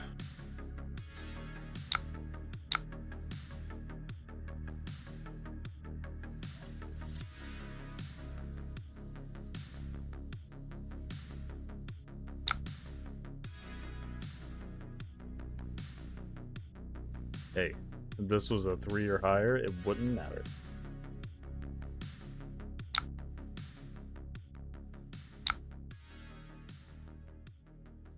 Okay, there's our Remembrance. So we are turn 15. We saw that very, very early, so that's good. That's good. 2 of our Pulverizes are gone. We gotta be careful about the next one.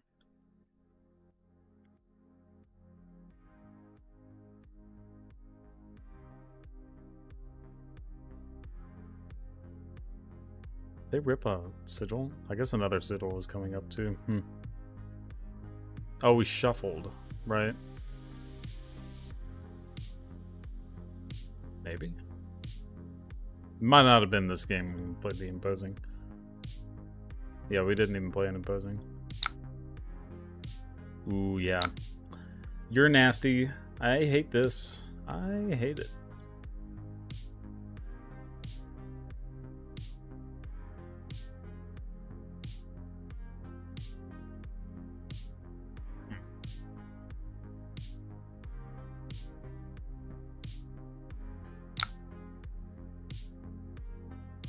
What do we want to do this?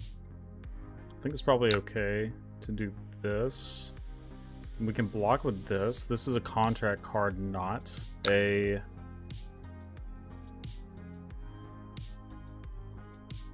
not a stealth card. So we can even go a little bit higher. Maybe they just don't have anything, and this is enough.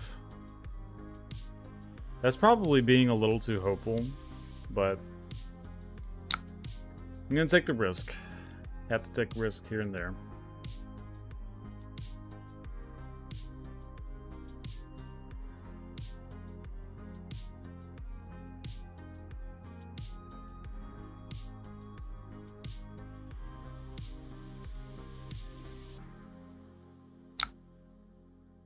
Okay. Oh yeah, that's pretty bad.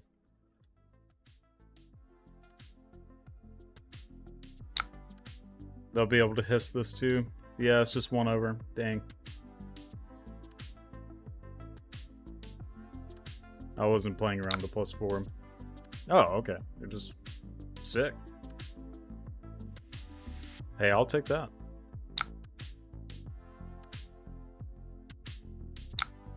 Okay. Send this. See what they do. I'm gonna get this, and I guess the 2 blessings back make the most sense. Or maybe actually getting the standing order back so we don't get codexed as easily. Oh, his is the go again one. Yes, yes, you're right. You're right. Yep, that one gives it the slither. Venomous Bite is the one. Yep.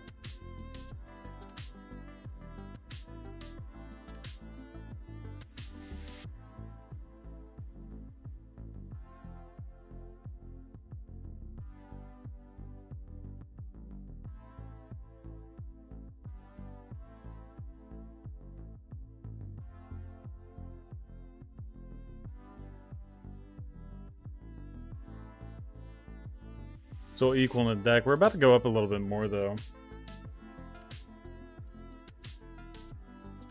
Actually, know what? It'll be about the same.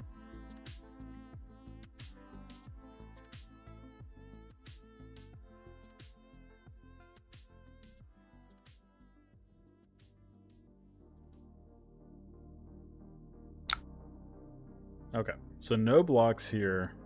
We played 15 turns, and we're just now breaking into the 20s. Alright, so I will go ahead and get Standing Order and Crippling, I believe. I think those are the correct ones. And then we'll go ahead and get, let's see. Actually, this could make a difference. They have a good amount more D-Reacts, actually. So, yeah, I'll go ahead and get the Blessing here. I was thinking maybe Terra Sunder might be a little bit more important, but that's fine like that. Okay, we did get the Standing Order, which is pretty sweet. They're gonna get this go again, so it's like kind of mid. We can go ahead and get rid of this, which does open us up to the potential for a codex, but I think it's probably fine.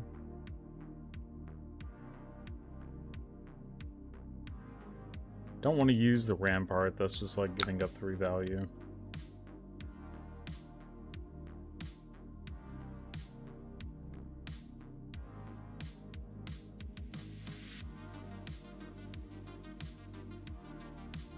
No! Alright, fair enough. Fair enough. Brutality.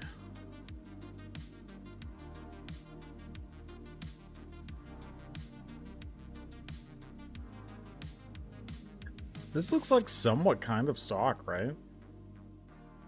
Is it that interesting?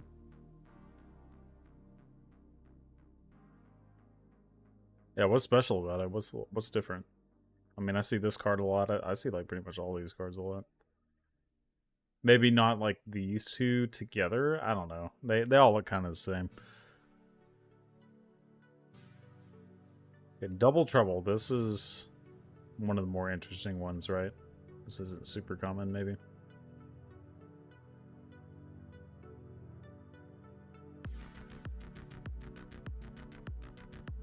The Dagger.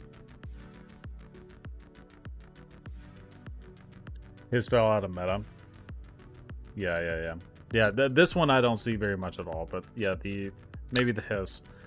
Venomous Bite definitely makes more sense because you want to have that +4 off of 1, which is very strong. Right? Venomous Bite. Yeah.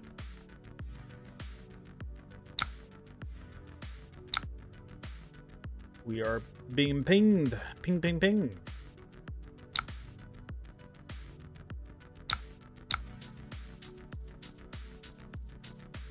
Double trap. My face. I guess I'll pray. I guess this gets banished. This is so bad. Here, do this. Oh no, it's bad. We're just in a bad spot. Ooh. What do we do here? They like look at our hand anyway. Just ruin us. We're ruined. Our pulverizers, they're gone. But my crippling crushes will also be. Maybe I have to keep this, as awkward as that sounds. Alright, pray. I just have to pray. Also, the fact they have no misplay. That's true. I didn't notice that until like turn 3. But I actually like this style because these two daggers are much more annoying than misblade. Yes, it gives shield -1. That's why I undid. Yep.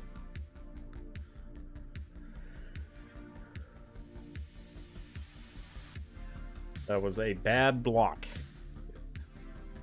I will not be playing. No.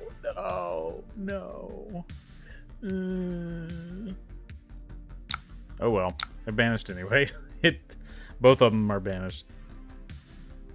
Not like this.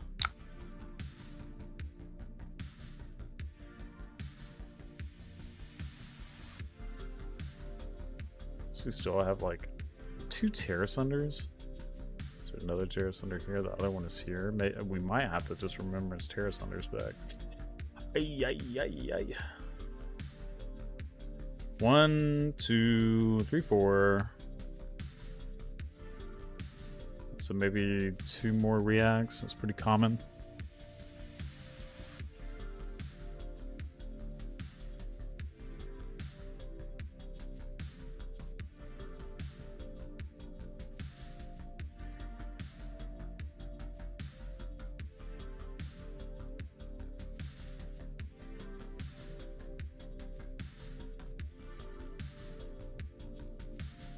It's pretty wild that they played with 60 cards and we played with like 70. And we're already like so behind on the banish. It's crazy.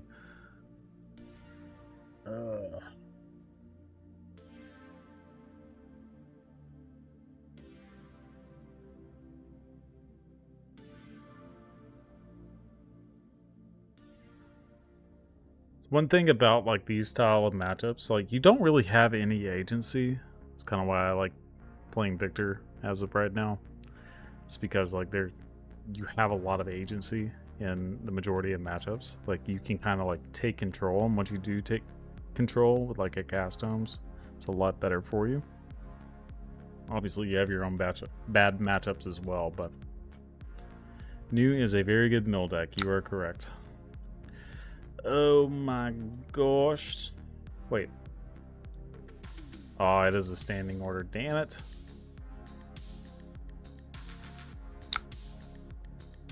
So I'll get rid of... No, I have both. Okay. Well, it's definitely going to be standing order. It's just the worst card.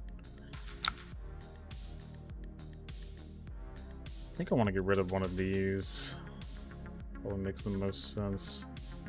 Maybe this. It just blocks the least. Like kind of trash. Command and Conquer was the chosen card. They attack with a dagger most likely, so I guess I do need that if I want to keep my standing order. How many standing orders do I have left? I have a few. I have one more. Yeah. Okay. All right. I think I have to get rid of this. Oh. Feels kind of bad, but whatever.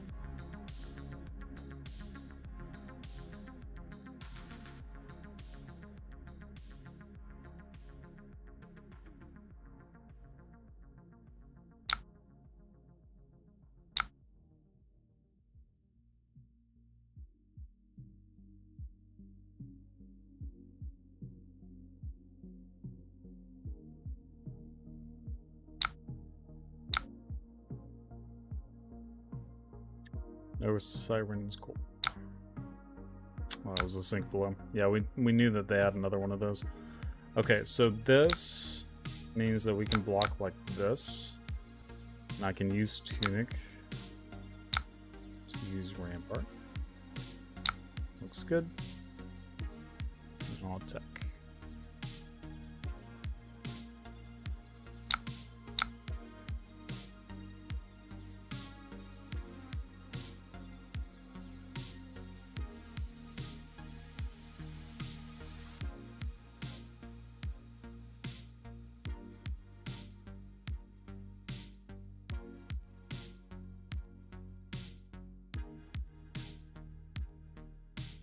Hammer for 2, so good. So good.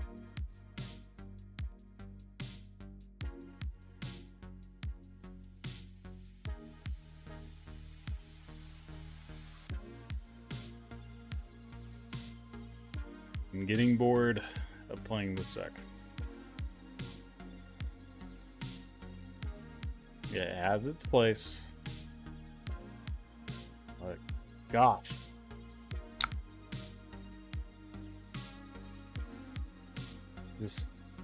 This is the type of deck you play. If you love playing Flesh and Blood, you play this deck because you get to play the most Flesh and Blood. That's the way this works. You get to play all the Flesh and Blood. How do I feel about my Leviathan matchup? I think I played it once. I did okay. It's like fine. The KO matchup is decent too, because they discard a lot. Oh, I hate it. Why do you do the things you do, opponent? Stalem Arabites?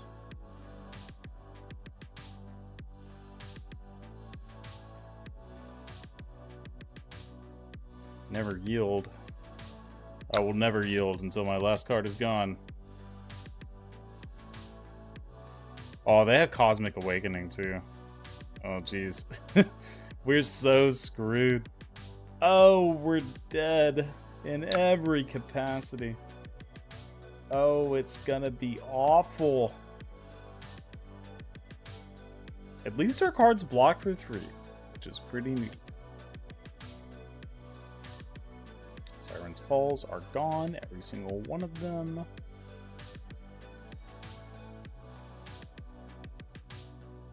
Yes. Well, this choice is going to single-handedly easily win them the game. So I don't think there's a way to actually win this, but we're going to finish it just because we're committed at this point. We're not quitters here. Just kind of fun to see like these different angles and whatnot. And hey, maybe I can somehow claw back. I'm going to have to try really hard to be completely honest, but it's just when we get to this game state, they like get really, they're just really far ahead, right? Because they have their chi, and their chi means that they're going to get more cards. Fuck! Oh, not like this. Okay, we're done.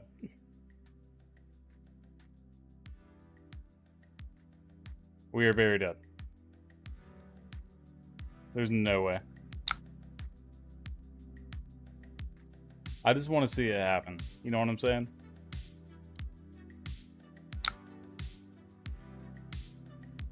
I'll leave the standing order right where it's at. I'm going to block every turn.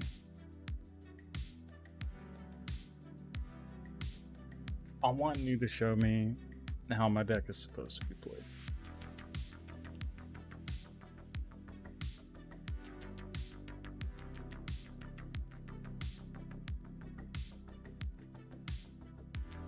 Oh, I'm getting clapped. My record is so poor.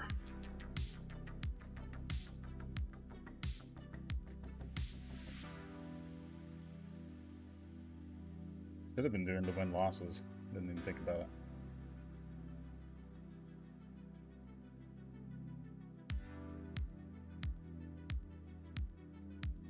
How many dis rounds on me do I have in my banish? 0.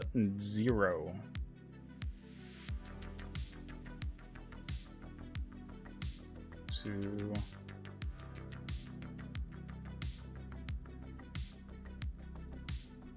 Yep, 0.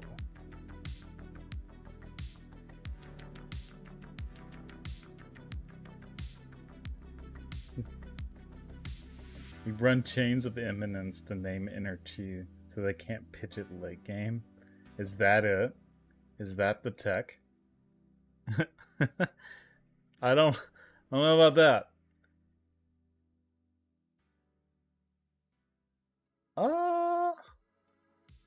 Depends on how many energy they have, actually, right? And I guess they can technically, like, this round's on me back to back. Yeah, exactly. Yeah, I get in there. There's a few ways to do it.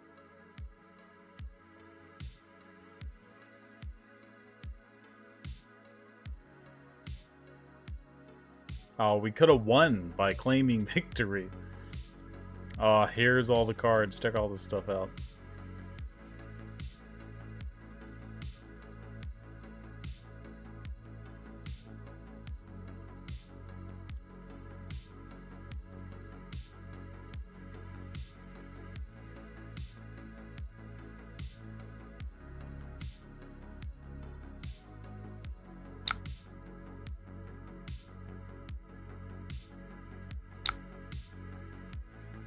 Okay, we'll give one card, this card.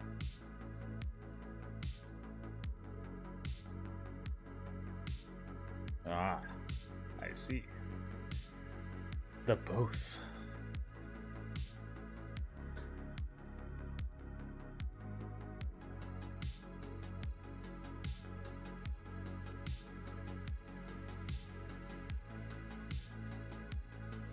Look at all those cheese. So much cheese.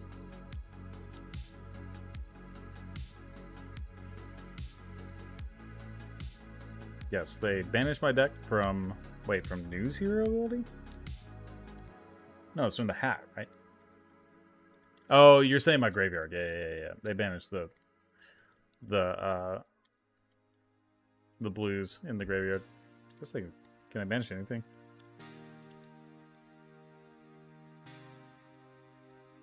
Oh, they hit the deck too. Yeah, you're right.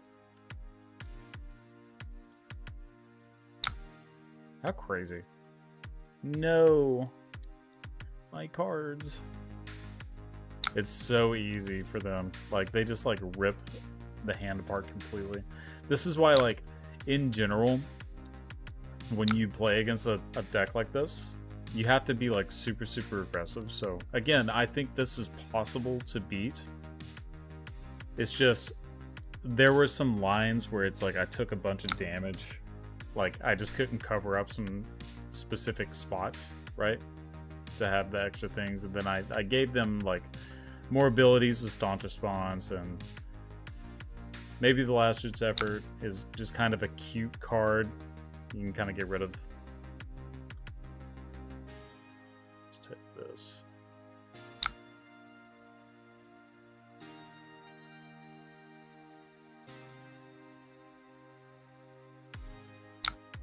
More Last Ditch.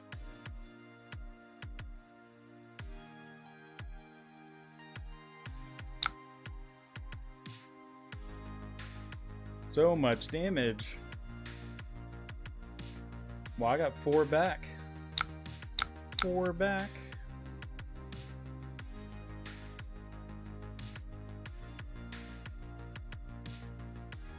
Inner cheese. Yes, that's what I have been saying. All these cheese.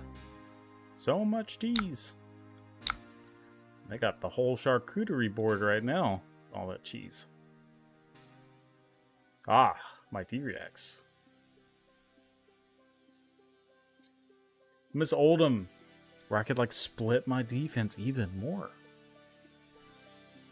Oldham would probably be pretty bad against this. Actually, Oldham might be okay against this because of the damage prevention related stuff. Actually, probably not that bad at all. Whatever.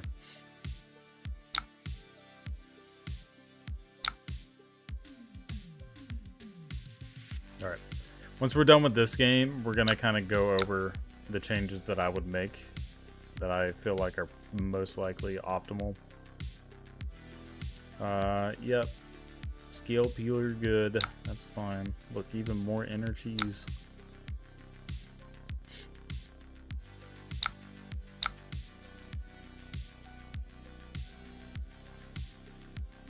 Yep, we know that's going to happen, so we get rid of, I guess,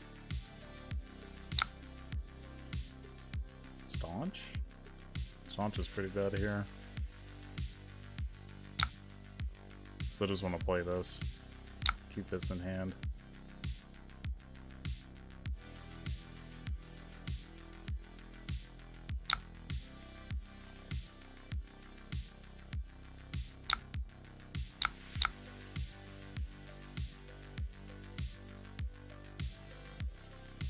Make Bravo great again.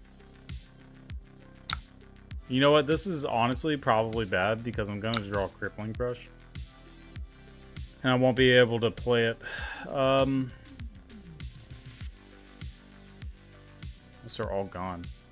No, I still have one. Okay, so it's Dex hand. So this perfect play. Keep this in hand. It's great.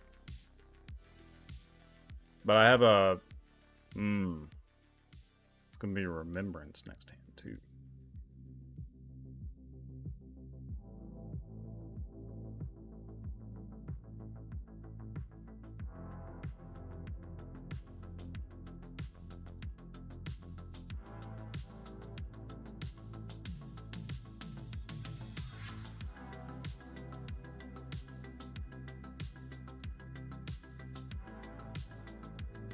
So they just made the comment that they may have made a mistake by putting my finishers back into my deck, which are these last just efforts. So I technically could put these back with Remembrance, but they'll be able to like hero power. I guess if they're like worried about being able to hero power now, they don't have the chi, like the chi's all on the bottom stacked.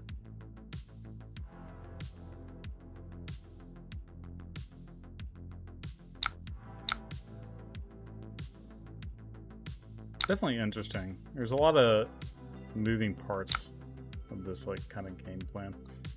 As far as weapon-based fatigue decks, I honestly think Great Axe is just better. I also agree.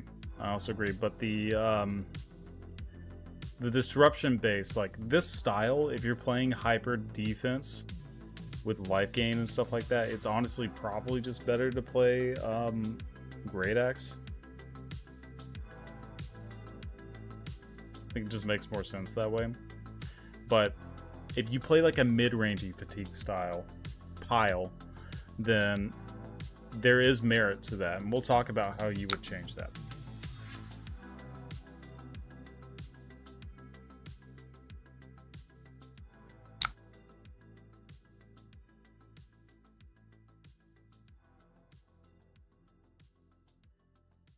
Kale sent me a message and said to fat stack his build and play into new. We're not going to do that, but I will show you kind of the idea behind that. Do this, I guess.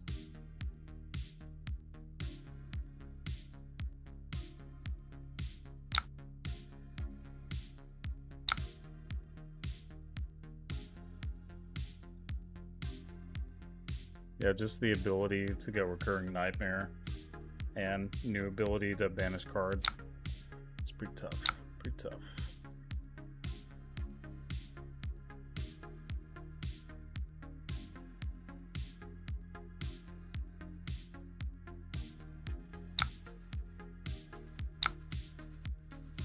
Okay, so we can't can't CNC or block the CNC with that.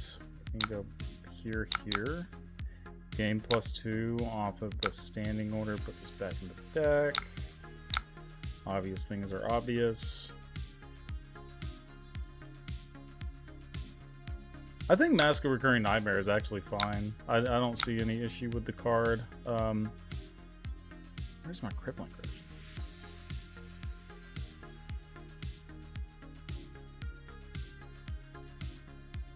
I have to wait until they instant speed real quick.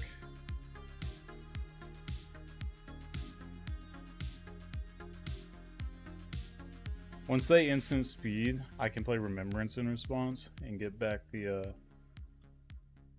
last ditches.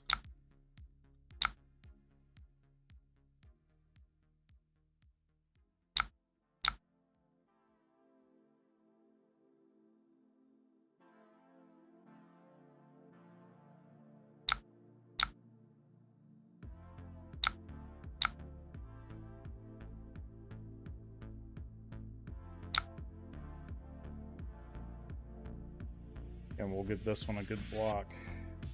Maybe even 5 block if they decide to just make it bigger.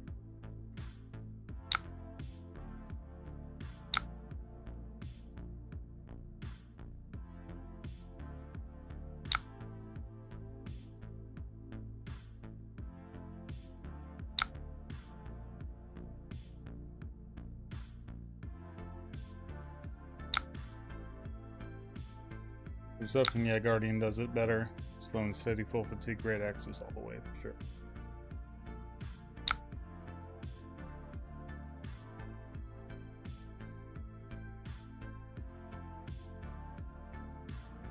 Okay, because of the banished text. Right, let me see. So, it's been a while since I've seen this card. If you play 2 or more reaccess, there's +2. And this hits a hero, banish top 2 cards of their deck. That's fine. I'm okay with that. This doesn't have an on-hit actually at all, right? Oh, it's this chain link. Uh-oh. Oh, no. We're good. We're good.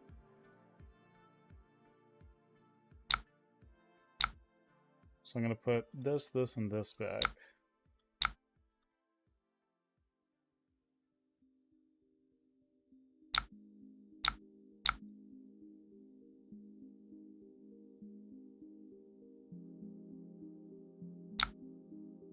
Whoa, now. I'm doing the SpongeBob text on me? Is that what's happening?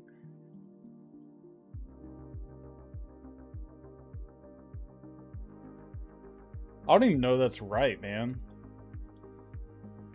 It's like the only thing I can get. I was like, oh no. Oh no, it's gonna hit me. Oh god. I was like, fuck.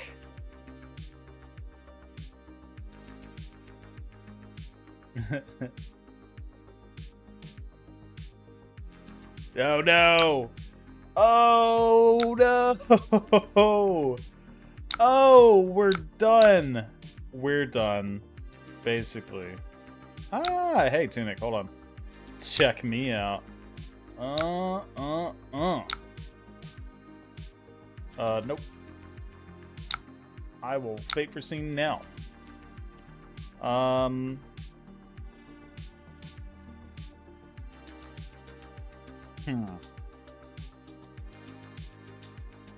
guess I'll bottom it. It's fine. I can't do enough damage to kill them before they like run me out of cards, but hey, we're damn sure gonna try. We're just like 1 card off. It's so awkward too. Ugh. Gross.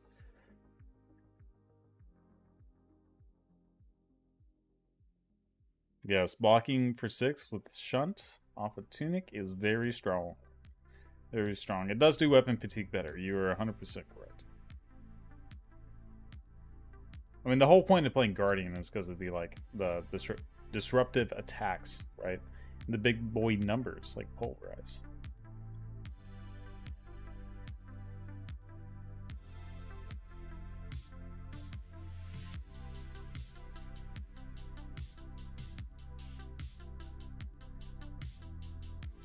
Balance of justice.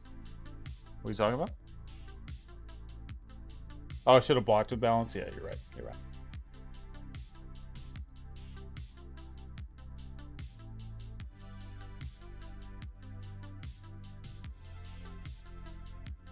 Have they drawn twice? Did I miss the spot where they drew twice? I guess like levels would have been the only.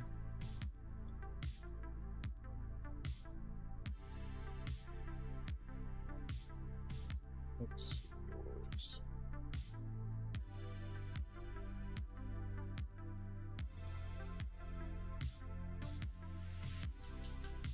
Oh, yes, yes, yes. I have to do that. I have to do that.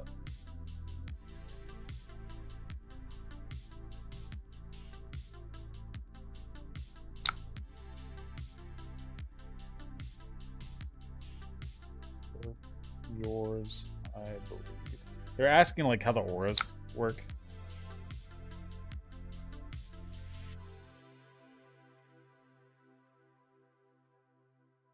I'm a little confused about what's going on here too.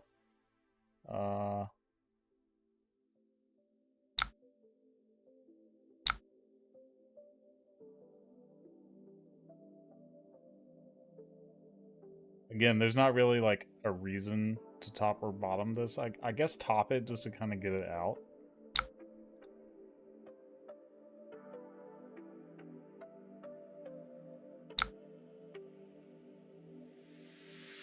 The only thing I can really do, I guess, like, I can arsenal, but I'll arsenal the next turn too. Yeah, let's just do that. We're also off tunic, so like next turn we just have to like take it.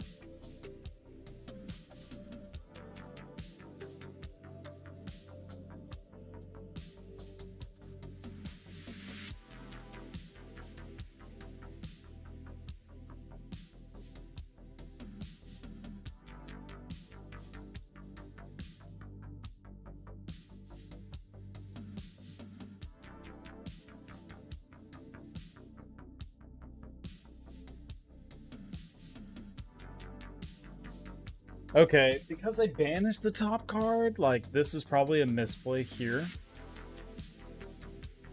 Kind of brutal. This will be the top card of the deck, too. No, it won't. No, it won't.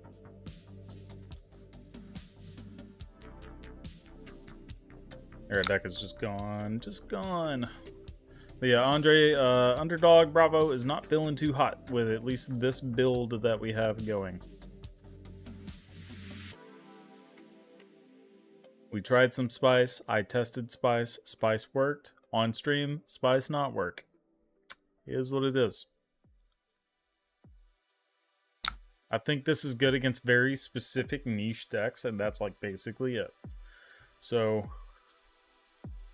hey, this hand does the thing, kind of. Alright, please.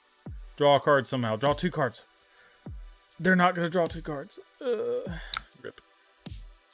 We're actually going to get Codexed here, most likely. Oh, this also makes sense. We banish here. And we get the arsenal this. Yeah, it's just bad. Alright.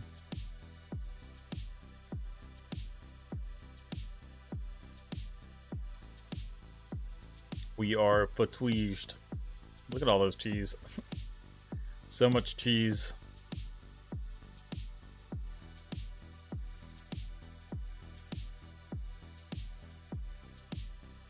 They're at 12. We're at 10. No cards left. This is fun. Fun, fun, fun. Flesh and blood we're playing here. The most fun. Now they're gonna banish my last-ditch effort, like a rude person. They're gonna say, pitch to cheese. Got 'em.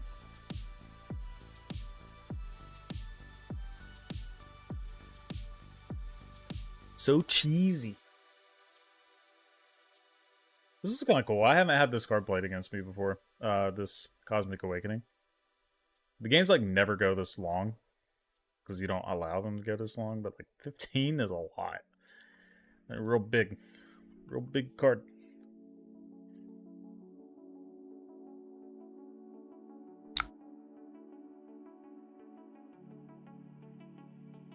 All right, we are not arsenaling because of obvious reasons. We got all these last ditch efforts. We found them. Here they are. We can deal literally not enough damage with every card in our hand, period.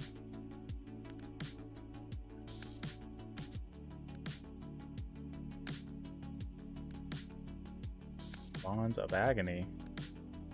Bonds of Agony is so rude at this stage. They're so rude right now. So rude. We're gonna die before they're even able to do the like big huge last ditch effort play.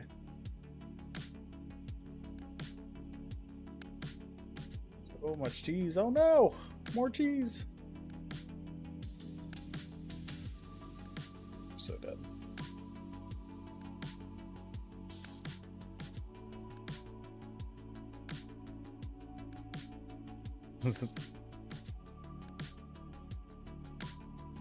GG.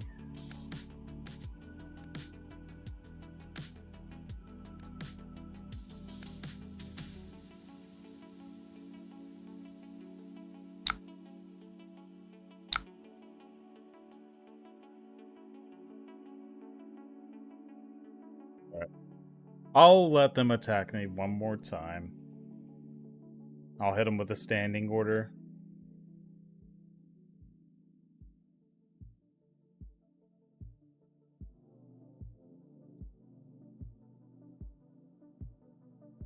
We're just like, I can't do anything. I'll lose the card.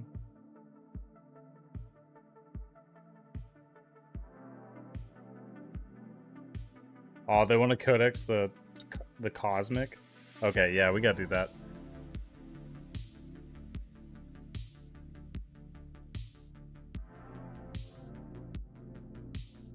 It's fun.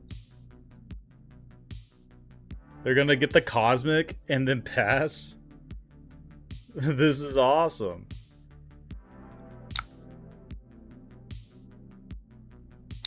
Yeah, that's what you're supposed to do, Kidder Fox, for sure. Then... yeah, it really doesn't matter, like, what I discard.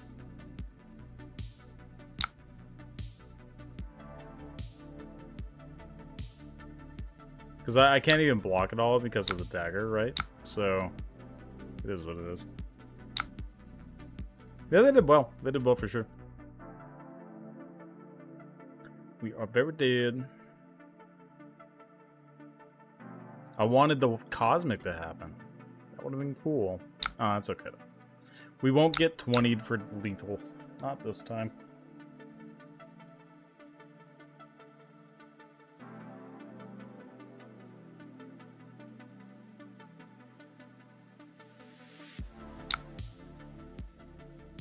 We'll see if they do something like super sweet.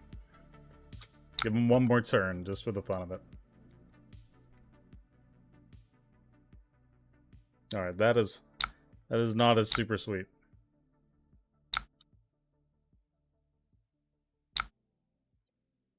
No, I don't think so. I don't think I got stream sniped. It's just certain positions of this game just kind of gets you messed up like that. Like there's so many situations where it's like you don't want to block as a guardian. Oh yeah, we're super dead.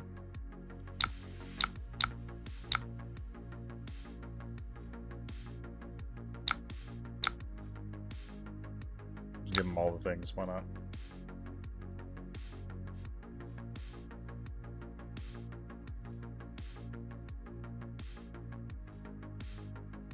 This be your next armory tech? If you want to make a lot of people upset at you.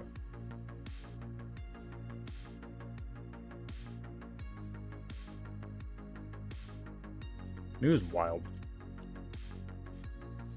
I was like playtesting some Victor, I think it was yesterday, And I would like say, okay, this hand's reasonable. I'm gonna keep this hand. I need the whole hand to like clap back some pressure. And then they went Siren's Call, Codex you. And I was like, I have one card left in my hand. This is the worst.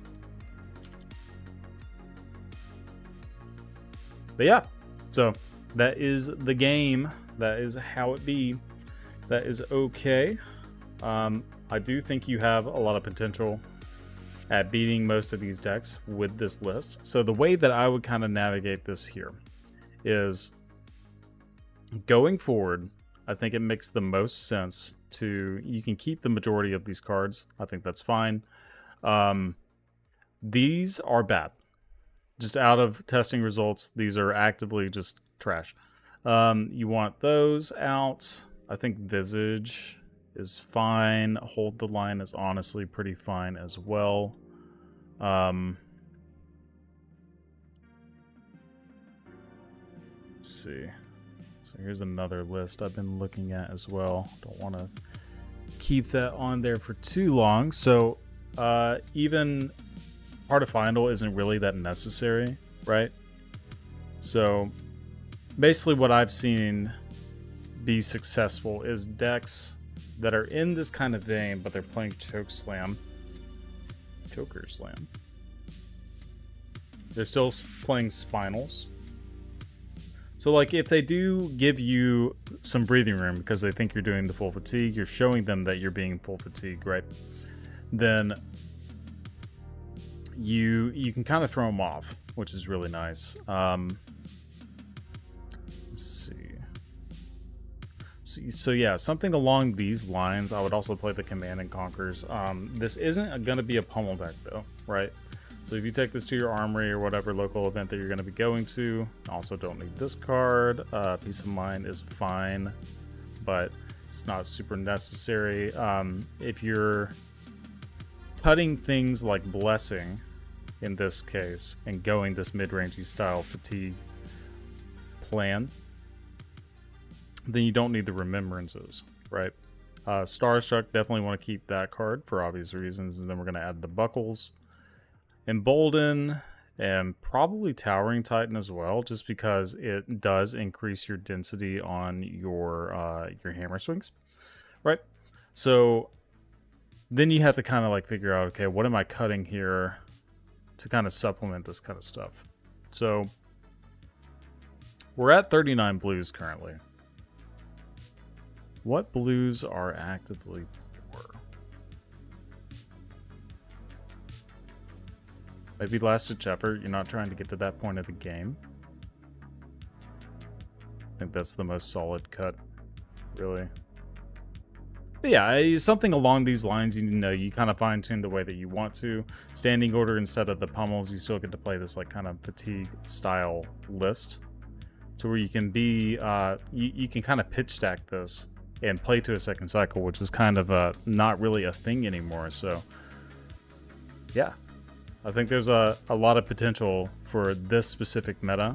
This will likely change whenever Rosetta comes out, but Rampart plus 2 AB has always been pretty good against at least the Rosetta Thorn. So maybe playing Rampart and Norrin Boots or something as Bravo, or, you know, I don't think Victor would ever do that, but Bravo for sure. You can definitely play that style of plan and kind of utilize the Rampart in future sets. So I think there might be a lot of merit to playing this kind of mid-rangey defensive build in the future, and it's kind of a hot meta take for the PT as well. So I'm looking forward to seeing sub players. I'm not going to name names or anything like that, but I expect a lot from them. I think they'll do well, and they'll kind of show us what the deal is with this kind of stuff, right?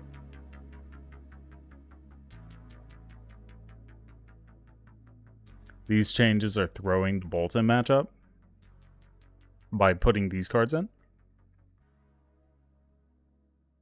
Oh, 3-piece of Banner Bust. I know. I love this card. I have like the little tree dude arts that I like in person, but unfortunately it's not the greatest. It's a lot better with something like Crown of Seas and other ways to kind of utilize your pitch, like when I played it in Oldham and like the War and style thing. But yeah, anyway, I would play something along these lines. I guess the other cut would be Warmongers, maybe. Like, maybe you just don't need the Warmongers if you're playing your Chokeslams and your Command and Conquers and your Spinals and whatnot. But yeah, so give it a try. I think you guys will have some fun. But don't subject your armory people to it. They might not like you for a little while if you do that. Just preface it, right? My wife hates Sigil of Solace more than any other card because of this. Just memeing, but yeah. Had the promos, a piece of mind. I haven't gotten to use them in forever. I know, they're so cool. They look like little Groot, like walking around, right? So, alright, we're going to end off there. So, appreciate you guys hanging out. I know this one was a little slower pace because of the nature of the deck. I'll give you guys a little sneak peek of what I'm playing at this league this weekend. So this is like a local thing. It's basically like a 1K. So I'm going to be playing something along these lines. And I've been playing around with like snags and that kind of stuff. So testing that. And I've liked this list a lot. So you guys, you know, just kind of take a screenshot of this. Then you're more than welcome to try it out yourselves. But yeah. Gain 3 life. I do say gain 3 life a lot. Armory people already hate me. Why not double down? Might as well. Might as well. All right. Well, I want to thank our sponsors, fabtcg, for all the ratio needs. Obviously, talk about them a lot. And I just like their UI. There's a lot of articles on there as well. And one of our locals actually does some articles. So there's a Mansant article here, Joe O'Brien. This is a local of mine as well. It does some really cool things. You can see some of the TCG player stats here. It's just a really like convenient UI. Magnolia Gaming for all your card related needs. So you can pre-order Rosetta down in the description below. You'll get it on release day, and you use our affiliate link. You help us out, so appreciate it. And then Dragon Shield for all your card protection needs. Obviously, I use Dragon Shield almost exclusively at this point. The only thing that I could think, yeah, I just use Dragon Shield forever. I've been using them for like 10 years at this point. But yeah, well. Next time, we're going to probably talk a little bit more about Victor and kind of how my league went. See if I can come home, you know, like 500 or however much the first place prize dollars richer. And then we'll start talking a little bit more about Rosetta as well and all these super cool spoilers coming up. If you don't want spoilers, look away. But there's a lot of cool things here, and I'm very, very excited about playing cards like Felling of the Crown, and Verdance is just such a cool hero. But yeah. Well, again, appreciate you guys for hanging out, and we will see you guys next time. Bye-bye.